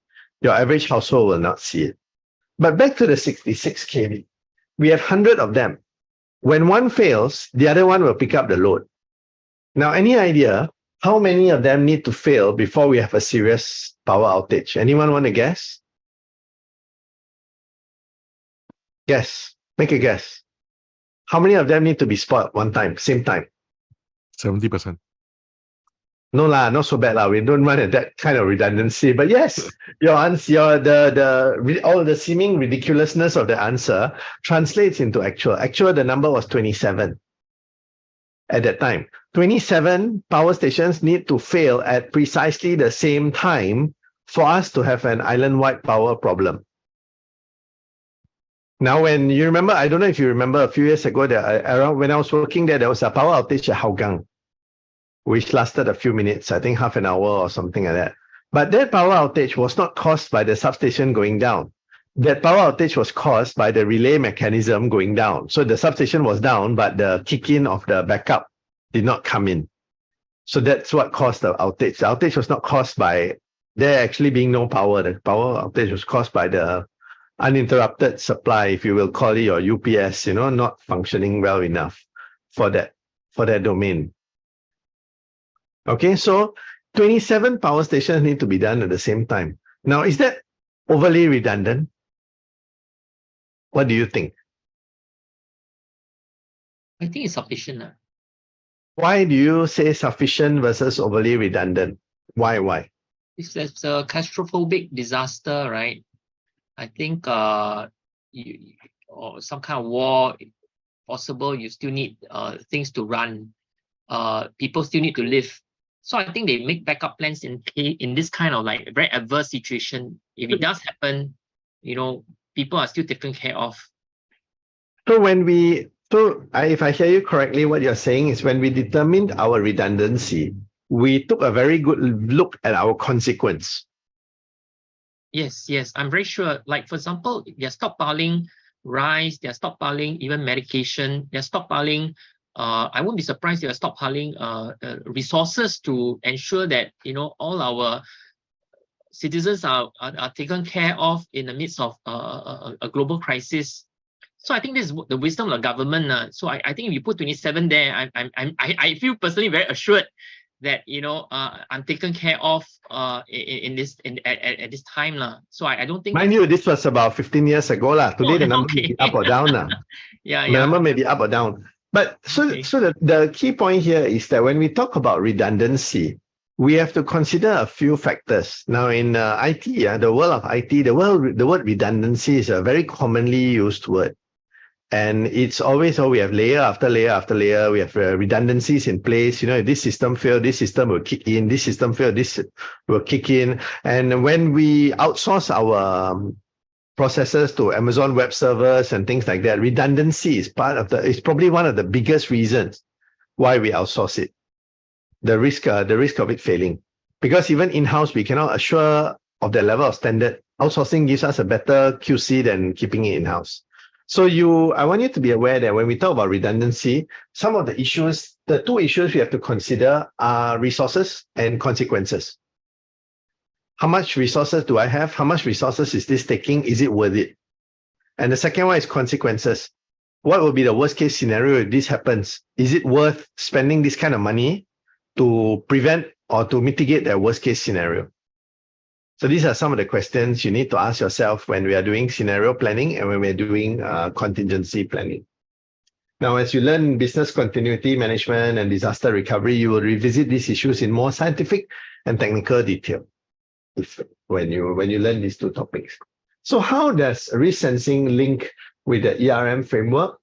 It links because you are able to you're able to monitor things, report things better, you are able to respond better, and you are also able to prioritize better. Note that I'm not going through this slide in so much detail. I don't need you to have that kind of detail of it. But I want you to be able to see how these two topics link. So when we talk about redundancies and risk and all these things, we also have to talk about consequences. So in the world of IT and all that, it's very easy to say, yeah, we have a backup server, and then our backup server will have their own backup server. And at the end of the day, what is the consequence? If the consequence is so low, then why waste your time? Why waste your money? Is it just because you want to make people happy? Is it because you just want to have a conversation and look fancy in front of your board of directors? Then the second question you ask yourself is the cost. Is it worth the money or not? If the data lost or the data spoiled or the server damaged, it will cost us maybe $1 million. What's the point of spending $6 million to protect it? It doesn't make sense, right? It's likewise when you see your medical insurance, your life insurance, if you enter the insurance at a very young age, your premium is very low. That is worth it. But if you enter it at a very old age, your premium is very high. Do you not ask this question? Why am I paying for the premium? Might as well keep the money safe. If I go hospital, I use this money. Older person have this kind of argument. So you have to consider these arguments as well. Excuse me.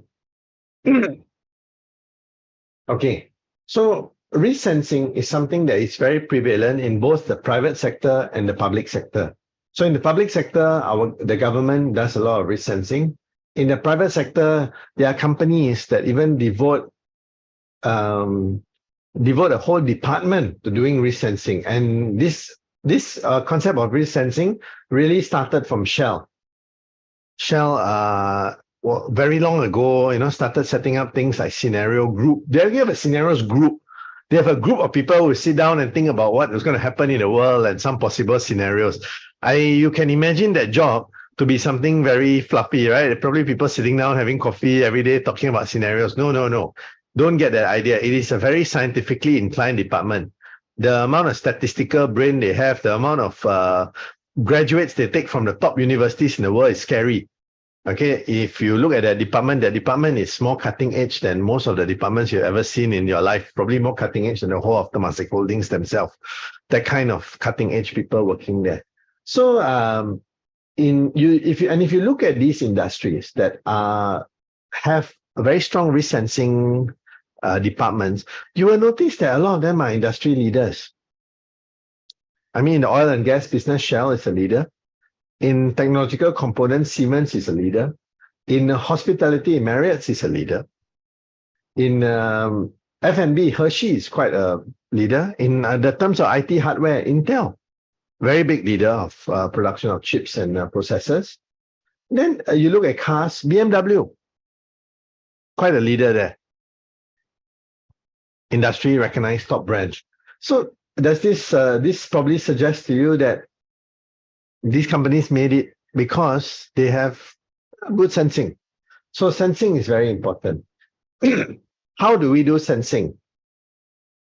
Some of you will say that we do sensing by modeling, we do sensing by having an expert panel, we have a workshop, we sit down together, we do some, we chit chat, we role play, we do a SWOT analysis.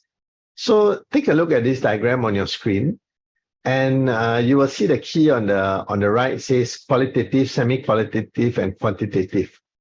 And you will also see 4 broad areas: creativity, evidence, interaction, and expertise. And then you will see where things fit in. So when we teach in classes like where we are today, right, we focus on things closer in the center.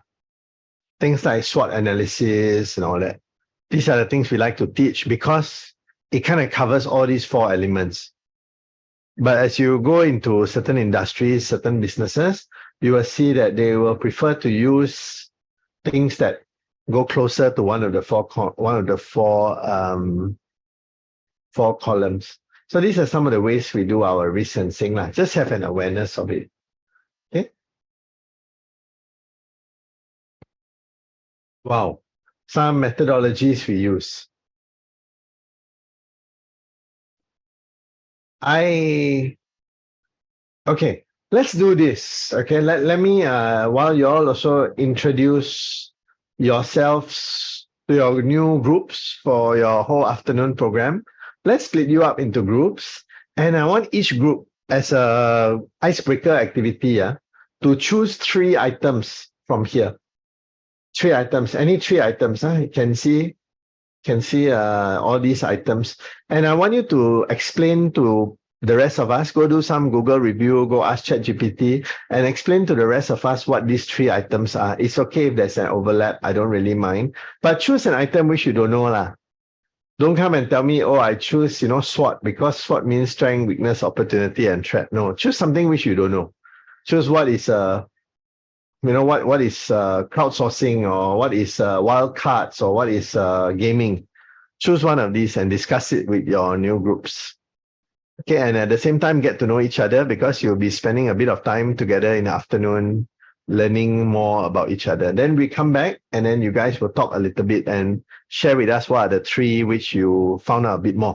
Found out a bit more doesn't mean 5 pages of 5 chapters. Found out a little bit more means 2 or 3 sentences only. Please, let's keep our discussion short and brief.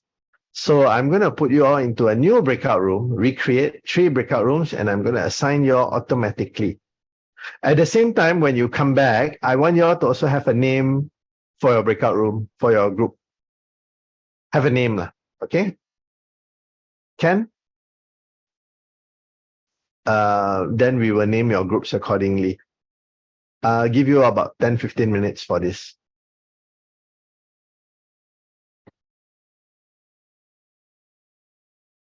Each group should have 5 people.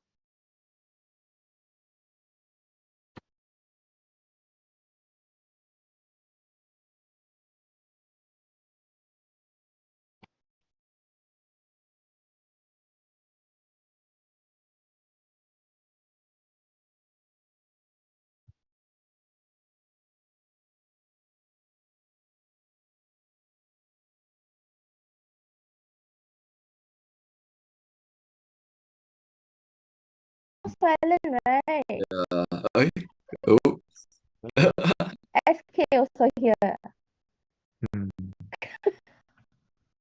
Yeah, good luck. But anyway, our course is until 8 of Sep, right? So I think we need to put in more effort. Yeah. Oh, medical appointment. Hi, Yao Keng. Yao Heng, is it? Yao Heng. So I think just now the trainer were to ask the description that we don't really know, right?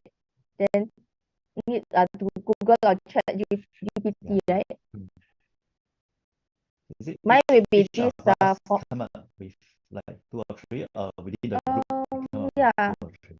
Actually, one of the terms that I don't really know is this morphological analysis. That's the exact thing I'm doing now. Yeah. Then what's another one? I didn't manage to get hold of that diagram. The XEK actually sent Yeah, the correct. In pic the WhatsApp group, right? in the WhatsApp. Yeah. Yeah. I saw. I think What this? There's it's this the thing called what? Bayesian network. wow, where is it? Oh, another The model. model, yeah. What is financial network? I still don't know. So I want to Google it. Like data analytics. Is it like analytics like that? You see how many times that we need to share? Just I one. don't know whether is it as a group 3 or each of us 3. Yeah, I Actually, still don't know. So we just Google whichever that terms that we're not very sure about it.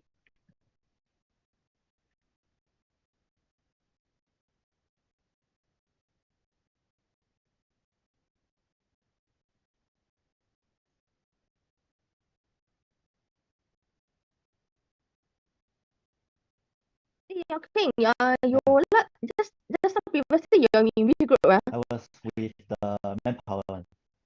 Manpower. Yeah. Your team members is who? Roland, Michelle, Okay. and Lam also. Lam is with me now. Oh. And Yasmin. Mhm. I feel that the FMC that ones they did a good job. Because of Michelle. Michelle is in the Razid group. well because Razzie is good because Yeah. he got a lot of experience in IT, right? And then he's very, I feel like he's very positive also. Oh, He okay. always got something positive Wow, to say. Razzie is it? Yeah, right. Yeah, Razid. Yeah, Razzie because I think that initially when he introduced to all of us, I think he's from an IT background, so he knows a lot of things.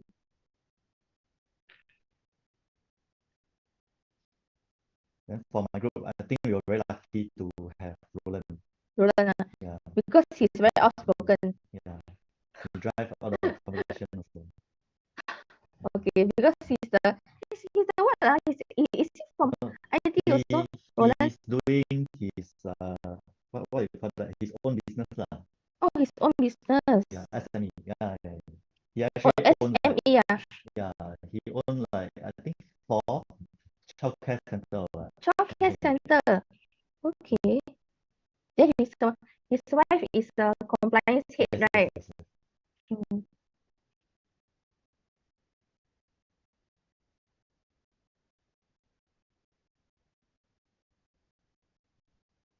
Yeah, we need to decide on a group name. What group name that you need to have? Maybe your king, maybe you would like to propose something for the name, or with you also can. Just now you mentioned this Bayesian network, Yeah. right?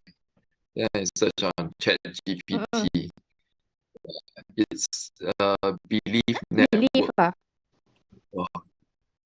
Wow. yeah, very complicated system.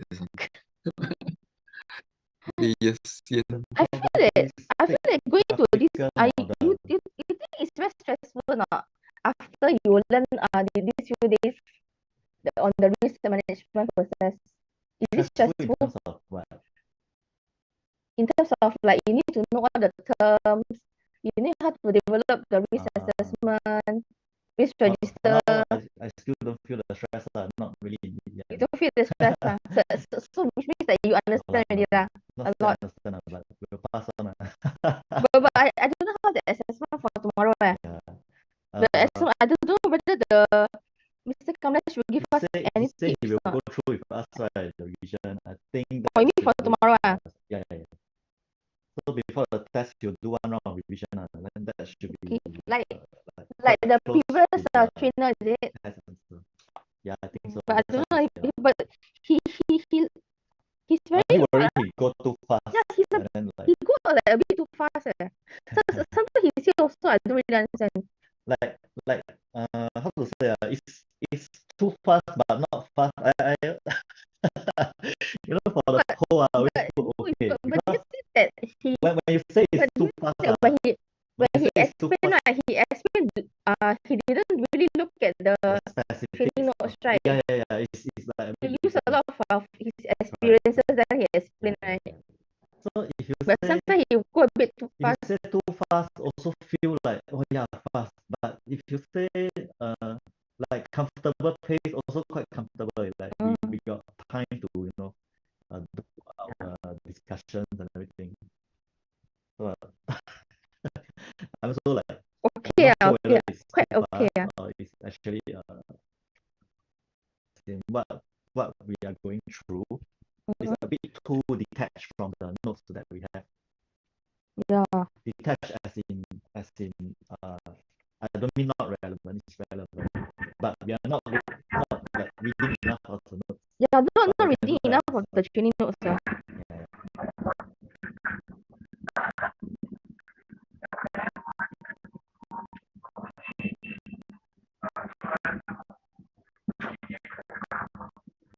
So I'll be taking the wildcards and the scenario archetypes.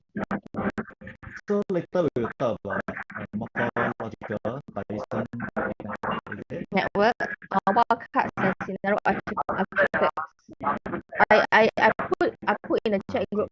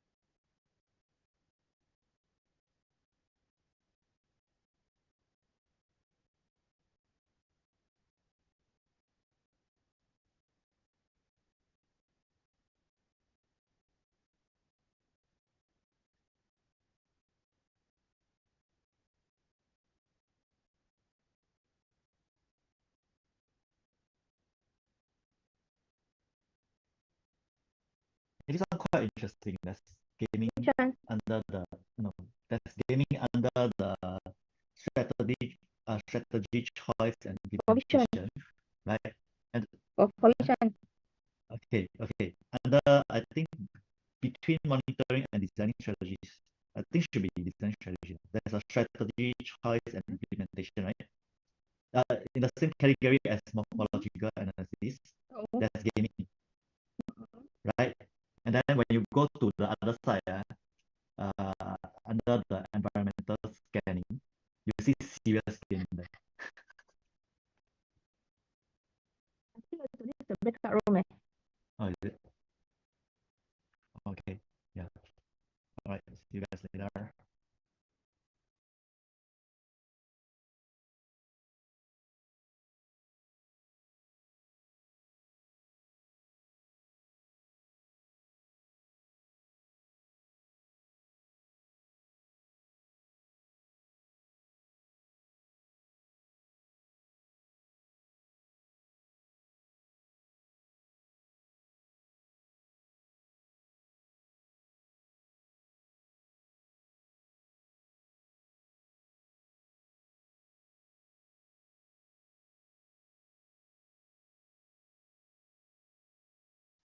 Recording in progress.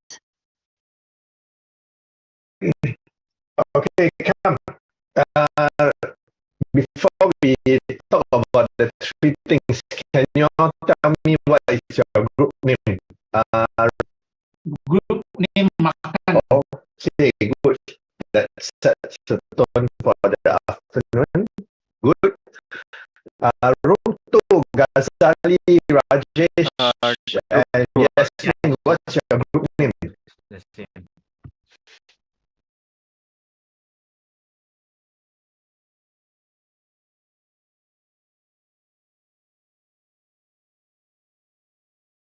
Your group name? We We haven't think of a name yet. I don't know. We haven't think of a name yet. We just name ourselves. Yeah, I call your group. I don't know. Okay, good. I don't know. Okay, so come, first group. Group Makan, share with us the tree and explain to us what you learned about the tree. Which tree and what you learned?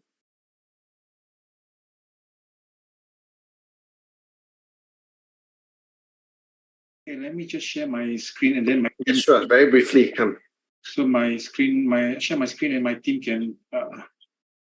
Of course. Yeah.